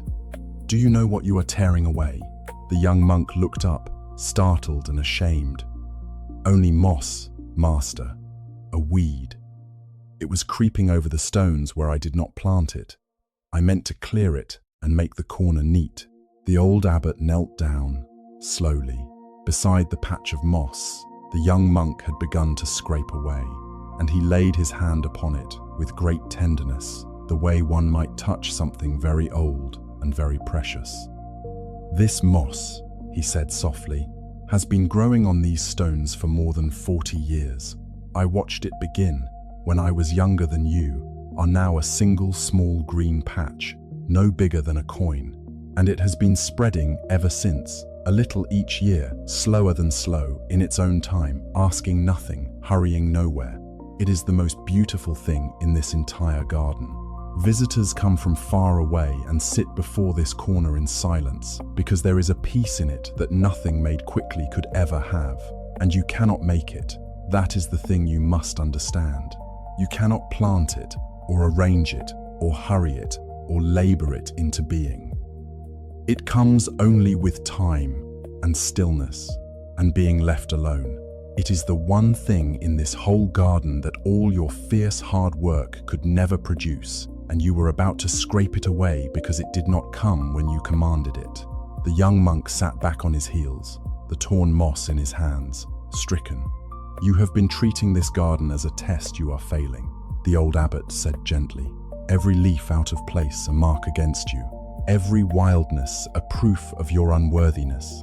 You labor from dark to dark, attacking every imperfection, certain that if you only work hard enough, control completely enough, you will finally make something good enough to to prove your worth. But look, the most beautiful thing here is the one thing your labor cannot touch. The moss did not grow because someone worked hard at it. It grew because it was left in peace, in the shade, with time, and allowed to become itself slowly, without being graded, without being hurried, without being torn up every time it failed to be finished. The moss was never trying to pass a test. It was only, quietly, growing, and that is why it is beautiful. The young monk looked at the deep green moss, 40 years in the making, and at the small bare patch where he had scraped it away, which would take many more years to heal. "You are like this garden," the old abbot said. "You think you must labor yourself into worth, attacking every imperfection in yourself, certain that you are forever failing some test of goodness. But the deepest and truest things in you, your gentleness, your peace, your wisdom, these will never come from the fierce, hard labor of self-correction. They cannot be forced. They cannot be hurried. They grow the way the moss grows, slowly, in their own time, in the quiet. When you finally stop attacking yourself long enough to let them spread, you are not a garden being graded. You are a garden being grown, and the growing does not happen faster when you tear at yourself. It happens only when you are still enough, and patient enough, and kind enough to yourself to let the slow green moss of your own becoming spread across your stones in its own unhurried time. The young monk wept a little, kneeling there in the shaded corner, and he laid the torn moss back as best he could upon the bare stone, gently, hoping it might take root again. And from that day his labor in the garden changed. He still tended it, but he stopped attacking it. He stopped treating every wildness as a failure. He let the moss spread where it wished. He let some corners stay soft and unarranged. And the garden, freed from his anxious war against it, became more beautiful than it had ever been when he was laboring to make it perfect. And he, freed from the same war against himself, began at last, slowly, in his own shaded time, to grow gentle. Perhaps you, too, have been treating your own life as a test. You are forever failing, attacking every imperfection in yourself, laboring from dark to dark to make yourself finally good enough, certain that the wildness and the unfinished places are marks against you. But you are not a garden being graded. You are a garden being grown. And the deepest things in you cannot be forced or hurried or labored into being. They grow like moss, slowly, in the quiet, only when you stop tearing at yourself long enough to let them spread. Tonight, perhaps, you might lay down the war against your own corners. You might let the slow green moss of your becoming grow at its own pace, in its own shade, ungraded and unhurried, for that is the only way it has ever grown in anyone, and it is growing in you even now. Even as you rest, there is a teaching that water itself has always been quietly offering to anyone still enough to watch it, and the young monk by the river received it one evening from the old monk over a simple bowl. The young monk had fallen into a new kind of unhappiness with himself. He had begun to notice that he seemed to be a different person depending on where he was and whom he was with. With the old monk, he was earnest and soft. With Brother Still, he was anxious and small. With the visitors who came to the hermitage, he was helpful and bright. Alone by the river at night, he was a creature of longing and doubt he scarcely recognized. And this troubled him deeply. It seemed to him a kind of dishonesty, a kind of weakness, as though he had no true self at all, but only a collection of masks, shifting and shapeless, taking whatever form the moment demanded. A good person, he was sure, a worthy person, would be the same everywhere, solid, consistent, unchanging, true, and he was not. He flowed and shifted and changed, and he was ashamed of it, certain it meant that there was nothing real at his center at all. He confessed this to the old monk one evening, as they sat together with their simple meal, and the old monk listened, and then he did a small thing. He took up the bowl of water that sat between them, and he poured a little of it into a shallow dish, where it spread out wide and flat. Then he poured a little into a tall, narrow cup, where it stood up slender and high. Then He poured a little into the cupped palm of his own hand, where it gathered into a small trembling pool. And then he tipped his hand and let it fall, and it became, for an instant, a thin, falling thread, and then a scatter of drops upon the ground. "Tell me," the old monk said. In the dish, the water lay wide and flat. In the cup, it stood tall and narrow. In my hand, it was a small round pool. Falling, it was a thread, and then it was many drops. It took a different shape in each. Now, in which of these was it truly water? In which was it being honest? And in which was it wearing a false mask, betraying its real self? The young monk frowned. "In all of them," he said slowly. "It was water in all of them. The shape was just the shape of whatever held it. It was always water. It was always water," the old monk agreed. "The dish did not make it less water. The cup did not make it less water. My cupped hand did not make it less water. It took the shape of each vessel, completely and without resistance, wide in the wide place, tall in the tall place, round in the round place, and through every change of shape, it never once stopped being what it was. It lost nothing of its nature by taking the shape of its container. The shape was only the shape. The water was always only water." He set the bowl down. "You are troubled," the old monk said, "because you take a different shape with each person in each place, and you have come to believe this means you have no true self, that you are only a collection of masks with nothing real beneath them. But consider the water. The water is soft enough and alive enough and free enough to take the shape of whatever holds it. It is wide with the wide and tall with the tall and gentle with the cupped hand. This is not the water's weakness, and it is not the water's dishonesty. It is the water's nature. Water that could not take the shape of its vessel would not be water at all. It would be ice or stone, rigid, unyielding, the same hard shape everywhere, unable to flow into the low places where it is needed, unable to fit itself to the thirsty hand. The very thing you are ashamed of, your softness, your responsiveness, the way you flow into the shape of each moment that is not the absence of a true self. That is the nature of a living and flowing one." The young monk sat very still. "You are earnest with me," the old monk went on, "and gentle with the grieving visitor, and bright with the children, and full of longing alone by the river at night. These are not masks hiding an empty center. They are the many shapes that one water takes as it flows through the day, fitting itself kindly to each vessel it is poured into. And through all of them, you are always you, the same living water, taking whatever shape love and the moment require, and losing nothing of yourself in the taking. A river is not less itself for being wide in one place and narrow in another. It is a river the whole way down. And you are you the whole way through, no matter what shape the moment asks of you." The young monk looked at the bowl of water between them, at its calm, dark surface, and something in him that had been clenched tight with shame began, like water, to soften and spread. For he had believed that to be worthy, he must be hard and consistent and the same everywhere, a single fixed shape, unchanging. And he saw now that this was not the way of living things at all. Living water flows. It fits itself to the world with a kind of generosity, and it never, in all its flowing and shifting and shaping, stops being water for even a moment. "Do not be ashamed that you flow," the old monk said softly. "The flowing is how you reach the low and thirsty places that a rigid thing could never reach. The flowing is your kindness. The flowing is your life. You have not lost yourself in all your changing shapes. You have only been, all along, exactly what water is soft enough to fit the world, and yet, beneath every shape, unchangeably and faithfully yourself.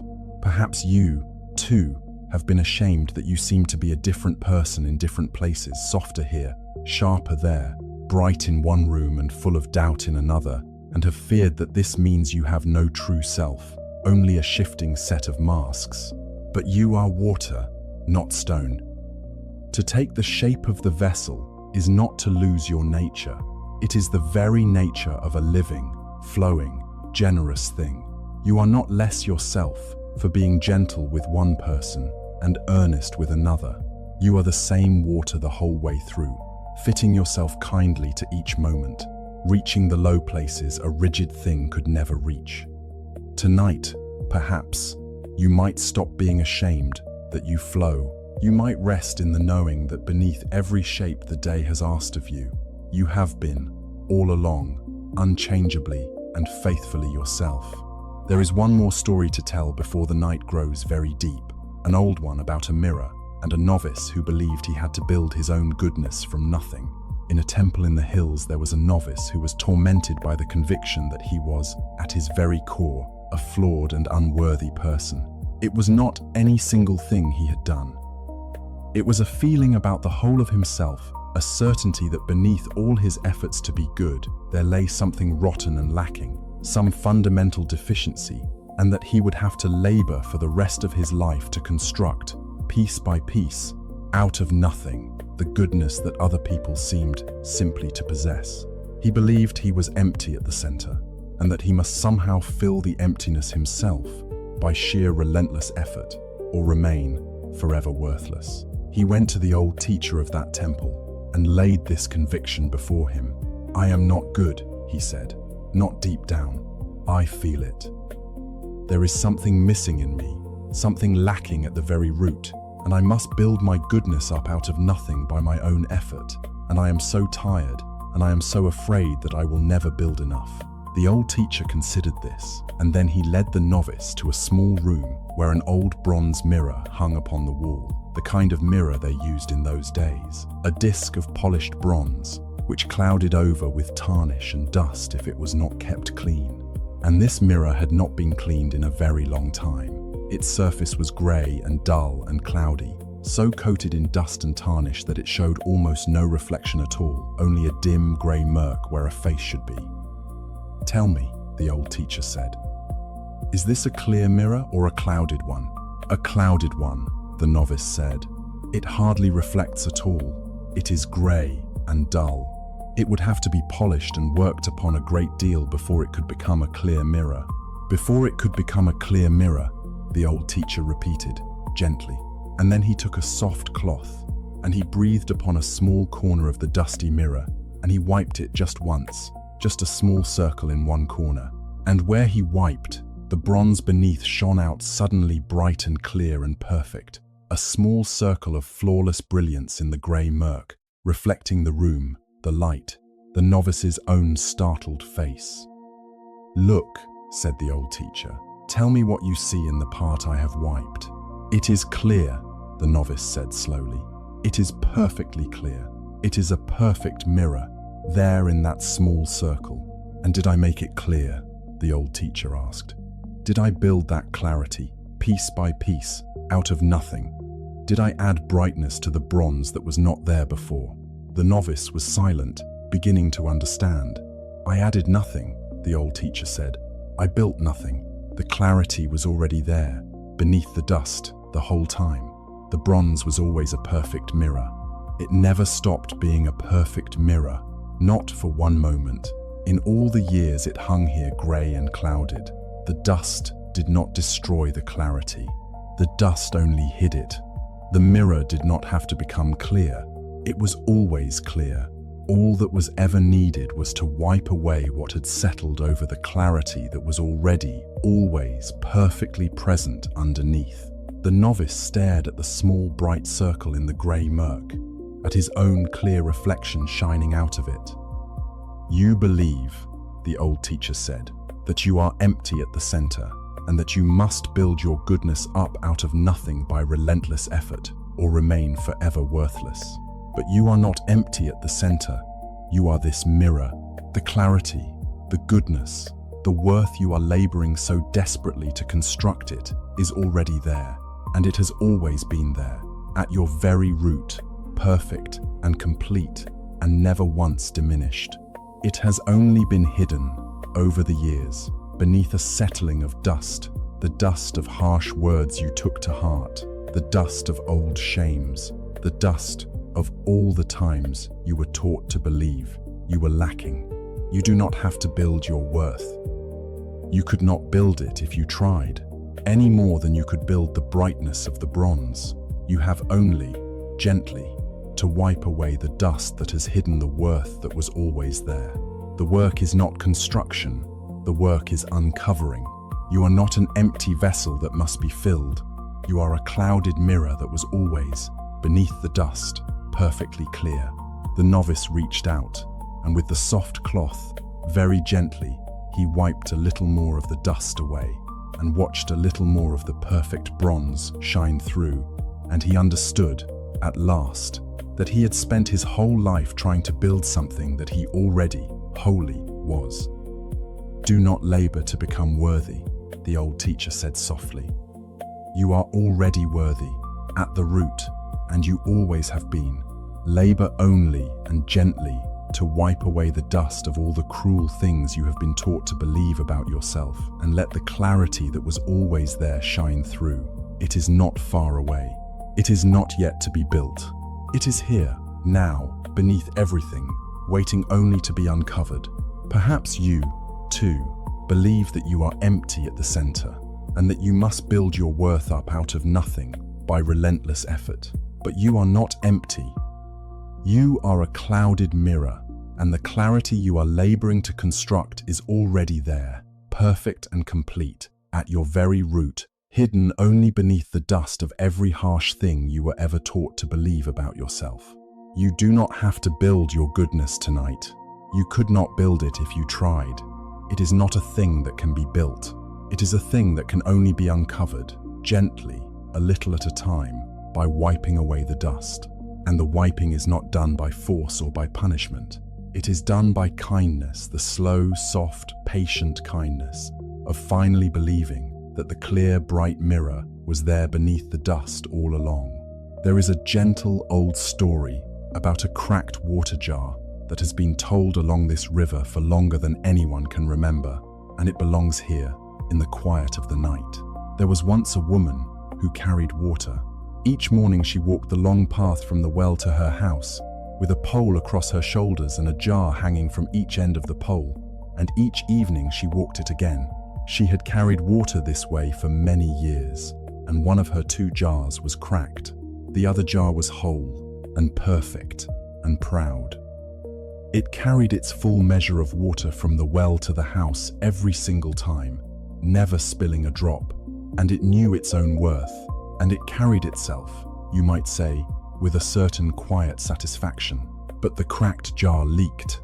All along the path, water would seep out through the crack in its side, drop by drop, so that by the time the woman reached her house, the cracked jar held only half of what it had held at the well. And the cracked jar was ashamed. The cracked jar had been ashamed for years. Every day, it watched the perfect jar arrive full while it arrived half empty, and every day it felt the bitter weight of its own failure. It believed it was a poor thing, a broken thing, a disappointment to the woman who carried it. It could not do the one task it had been made for without failing at it. It leaked, it always leaked, and it had come to despise itself for the crack it could not help and could not mend, certain that it brought the woman nothing but loss. Day after day, half a jar of water spilled and wasted along the path. One evening, when the day's carrying was done and the jars sat resting by the door, the cracked jar could bear its shame no longer, and it spoke to the woman. "I want to apologize to you," it said. "All these years, I have failed you. Because of the crack in my side, I leak the whole way home. I deliver only half of what I should. You work just as hard to carry me as to carry the perfect jar, and you receive only half the water in return. I am a broken thing, and I am sorry, and I do not understand why you do not simply throw me away and find a jar that does not fail you." The woman listened, and her face was very kind. "Tomorrow," she said, "as we walk home from the well, I want you to look at the path, not at yourself, not at the water leaking out of you. Look at the path, on your side, all the way home. Will you do that for me?" The cracked jar promised that it would. And the next day, as the woman carried it home from the well, it did as she had asked. and instead of staring inward at its own leaking shame, it looked outward at the path passing beneath it, and it saw something it had never let itself see in all its years of shame. All along its side of the path, there were flowers. A long ribbon of flowers, growing thick and bright the whole way from the well to the house, flowers of every color, nodding in the morning light, alive with bees and the smell of summer. And on the other side of the path, the side where the perfect jar was carried, there was nothing but bare dust. No flowers grew there at all. "Do you see them?" the woman asked gently as they walked. "The flowers, on your side of the path.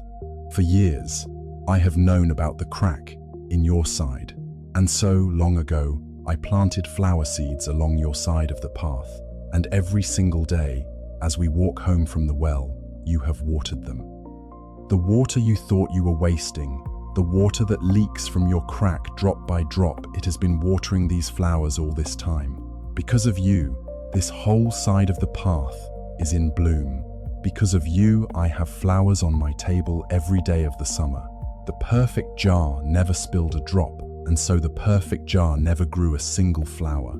It was your crack, the very flaw you have been so ashamed of, that brought all this beauty into the world. You did not fail me.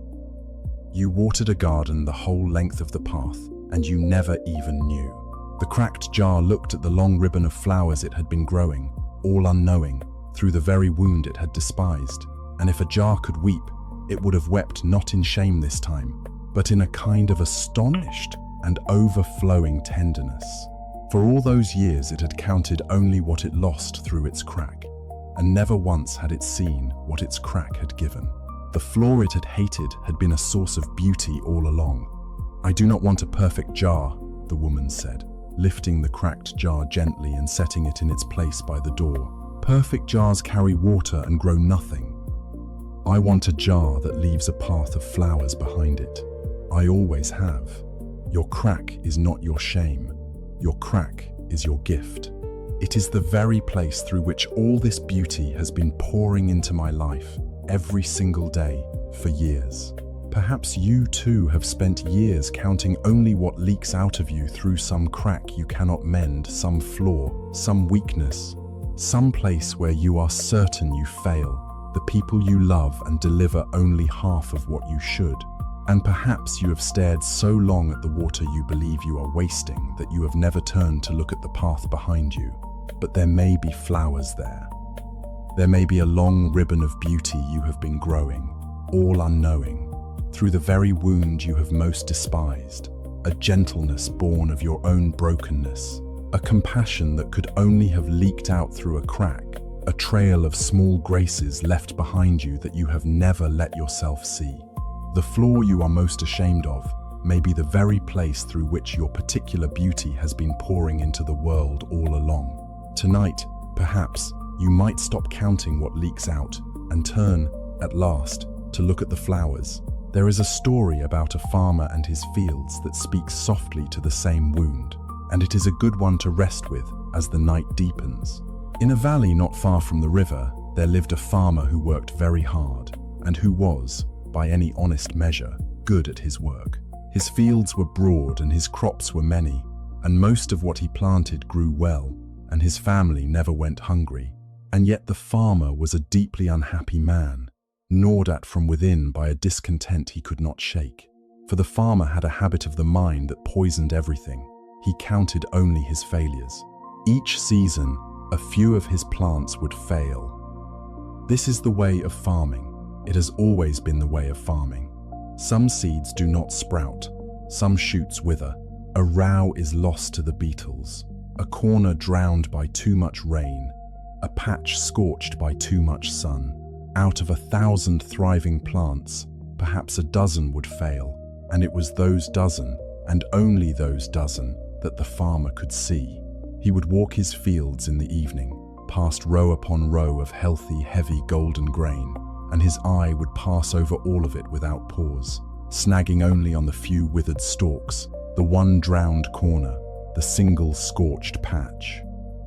And he would stand before each failure and grieve it, and blame himself for it, and carry it home with him into the night. The vast living abundance of his fields he never saw at all.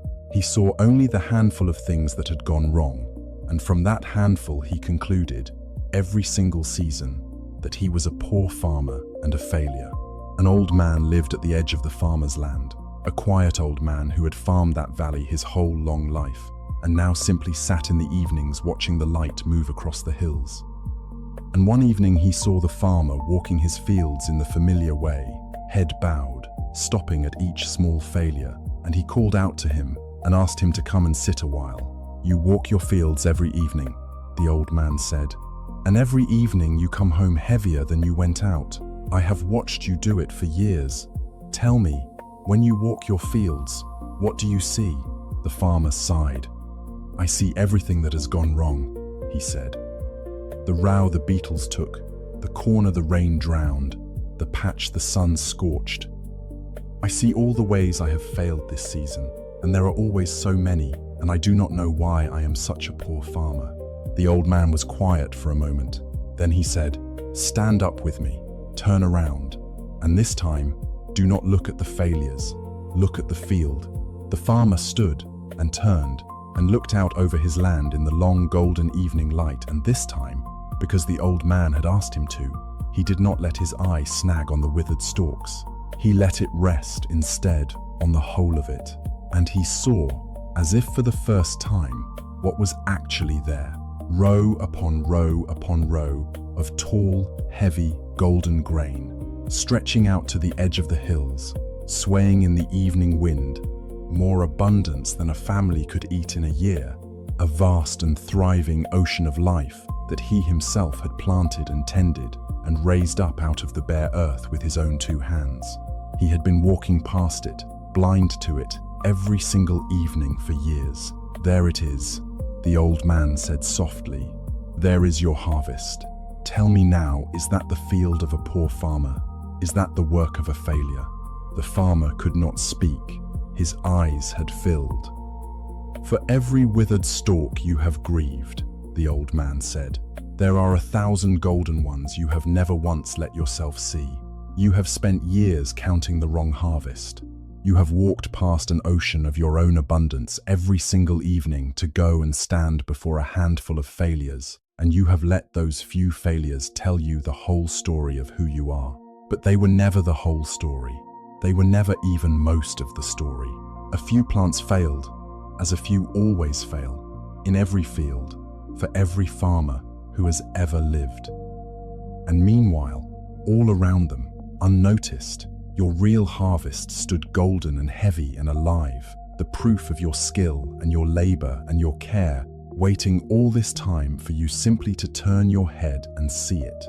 The farmer stood in the golden light, looking at his fields, really looking at them, for the first time in years, and he wept, quietly, at the abundance he had been blind to, and at the long, unnecessary grief he had carried home every night past a field that had been trying, all along, to tell him he was good. "The eye that counts only failures," the old man said gently, "will find a poor farmer standing in the richest field in the valley. It is not the field that is poor. It is only the counting. Learn to see the harvest, my friend. It is right there. It has always been right there. You have only to turn and let yourself look at what grew, instead of staring forever at the little that did not." Perhaps you too have spent years counting the wrong harvest, walking past an ocean of your own abundance every single evening, to go and stand before a handful of failures, letting those few failures tell you the whole story of who you are. But they were never the whole story. For every withered stalk you have grieved tonight, there are 1,000 golden ones you have never let yourself see. The kindnesses you forgot the moment you offered them, the things you did well and dismissed, the quiet, daily harvest of a life that is far richer than the eye that counts only failures will ever allow you to know. You are not a poor farmer standing in a failed field.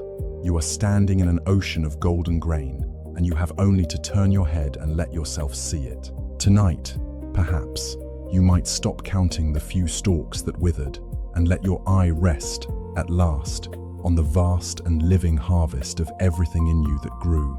There is a small story about a lamp flame that the old monk was fond of, and it is a fitting one for this hour when the lamps are burning low. In the prayer hall of a temple there burned, each night, a row of small oil lamps, and it was the task of a young novice to tend them, to keep them filled, to trim their wicks, to watch over them through the long evening hours of sitting. And among all the lamps, there was one in particular that troubled the novice, because its flame would not hold still. The other lamps, sheltered in their corners, burned with steady, upright, unwavering flames, but this one lamp sat near a small gap in the wooden wall, where a thread of night air crept in, and so its flame was always moving, wavering, leaning, flickering, dancing this way and that, never holding the perfect, still, upright shape that the novice felt a proper flame should hold. The novice was ashamed of that lamp. He felt that its restless, wavering flame was somehow his own failure, a sign that he had not tended it well enough, that he had not made it perfect, that the unsteadiness was a flaw he ought to be able to correct. He tried everything. He moved the lamp. He shielded it with his hands. He stuffed cloth into the gap in the wall. But still, in the smallest breath of air, the flame would tremble and lean and dance, refusing to be still, and the novice would sit before it in a quiet misery, certain that the wavering flame was a mark of his own inadequacy, burning there for all to see. One evening, the old monk, visiting the temple, found the young novice sitting before the troublesome lamp, with an expression of such unhappiness that he came and sat down beside him. "You are frowning at that lamp," the old monk said, "as though it has wronged you. What has it done?" "It will not burn steadily," the novice said. "All the other flames are still and upright and perfect, but this one wavers and flickers and dances. No matter what I do, I cannot make it hold still. It is the one imperfect flame in the whole hall, and it is my fault, and I cannot fix it." The old monk looked at the wavering flame for a long while, and then he asked a strange question. "Tell me," he said, "of all the lamps in this hall, which ones are giving light?" The novice was confused. "All of them," he said. "They are all lit. They are all giving light." "Yes," said the old monk, "and tell me which one is alive." He gestured at the wavering flame. "Look at this one. It leans, it dances, it trembles, it reaches. It moves with every breath of air that touches it. It is the most alive thing in this entire hall. Now," he gestured at the still, upright flames in their sheltered corners. "Imagine a flame that never moved at all, a flame that held perfectly still, perfectly upright, never wavering, never trembling, never dancing, no matter what. Could you tell such a flame from a painting of a flame? From a flame drawn on the wall? A perfectly still flame is a dead flame, or a painted one. The wavering is the proof of life. The dancing is how a flame breathes. The very restlessness you are ashamed of is the surest sign that this lamp is truly burning, truly alive, truly giving its light into the dark." The novice looked at the wavering flame and saw it suddenly differently, not as a failure of stillness, but as a small living thing, breathing and reaching and dancing in the dark, more alive than all its still and sheltered neighbors. "You wish it would hold perfectly still," the old monk said gently, "because you believe that stillness is the mark of a good flame, but you have it backwards. The painted flame on the wall is perfectly still, and it gives no light, and it warms no one, and it is not alive. This little wavering flame, trembling near the gap in the wall, gives exactly as much light as any other, and it does so while breathing, while moving, while being gloriously and restlessly alive. Do not be ashamed of its dancing. The dancing is not its flaw. The dancing is its life." And then the old monk said the thing the novice would remember. "You too waver. You tremble and lean and flicker in every passing breath of feeling, and you are ashamed of it because you believe a good person should burn perfectly still and upright. untouched by every draft. But a person who never wavered would not be a person at all. They would be a painting of a person. Your trembling, your sensitivity, the way every small wind of the world moves through you, this is not your failure to be steady. This is the proof that you are alive and burning and giving your particular light into the dark. The wavering flame and the still one give the same light, but only one of them is breathing. The novice tended that lamp differently after that night. He stopped trying to still its flame. He let it waver. He let it dance near the gap in the wall. And on the long, dark evenings of sitting, when his own heart trembled and leaned and flickered with every passing feeling, he would look at the little living flame, breathing in the dark, and he would remember that the wavering was not his shame. It was his life, burning. Perhaps you, too, are ashamed that you waver, that you tremble and lean and flicker in every passing breath of feeling, when you believe a good person ought to burn perfectly steady and upright, untouched. But a flame that never moves is a painted flame, and it gives no light, and it is not alive. Your trembling is not your failure to be steady. It is the proof that you are truly burning, truly alive, truly giving your light into the dark. The wavering flame and the still one give exactly the same light, but only the wavering one is breathing. Tonight, perhaps, you might stop being ashamed of how the world moves through you. You might let yourself waver and dance and lean toward the light and know that the trembling is not a flaw in your flame. It is the living proof that your flame is real. There is a story about an old scarred tree and the creatures that lived in it, and it grows quietly from the same root as all the others. On a hillside above the river there stood an old tree, and it bore a great wound.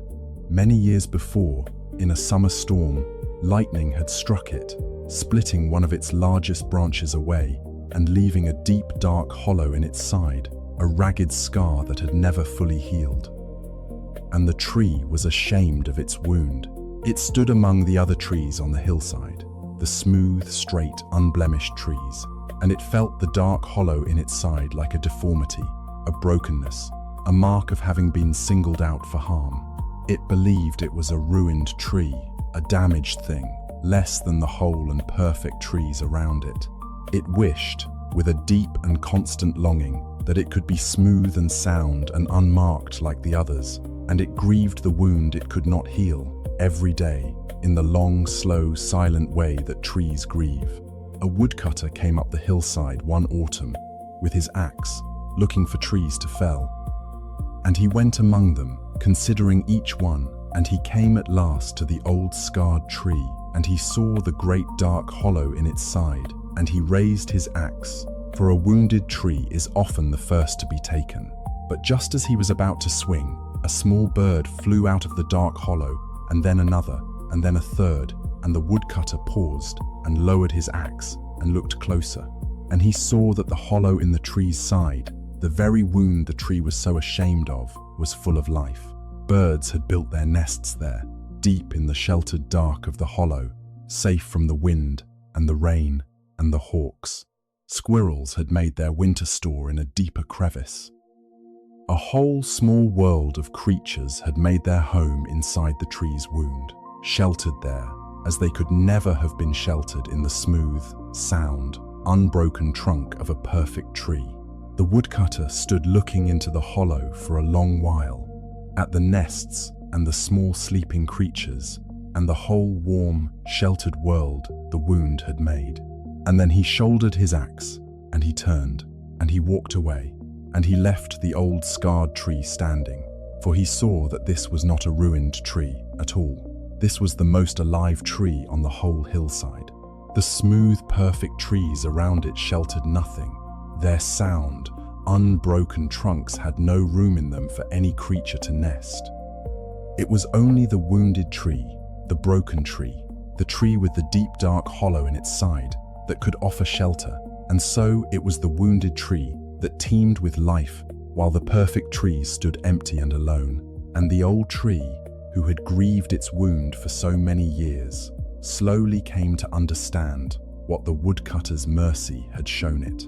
The hollow that it had been so ashamed of, The dark scar where the lightning had torn it open, that very wound had become a home. The breaking had made a sheltered place. The deepest harm it had ever suffered had been transformed, over the long patient years, into the warmest and most life-giving thing about it. The birds did not nest in the perfect trees. They nested in the broken one. The wound was not the tree's shame. The wound was the tree's gift to the world, the one place on the whole hillside where small, frightened living things could come in out of the storm and be safe. The tree stood on that hillside for many more years, full of nesting birds and sleeping squirrels and the warm hum of sheltered life. And it never again grieved its wound, because it had learned the thing the wound itself had been trying all along to teach it, that the broken places are where the shelter is, that a creature with no wounds has no hollow, and a creature with no hollow can offer no home, that the very brokenness it had been so ashamed of was the source of everything warm and living and good that it had to give. Perhaps you, too, carry a wound you have been ashamed of for years, some place where you were torn open long ago, some scar that never fully healed, some hollow in your side that you are certain makes you broken and deformed and less than the smooth, sound, unwounded people around you. But the broken places are where the shelter is.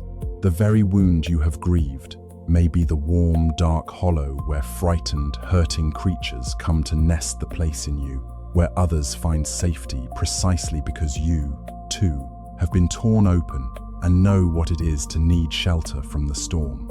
A person with no wounds has no hollow, and a person with no hollow can offer no home. The smooth, perfect, unbroken ones shelter no one. It is the wounded who give the warmest refuge.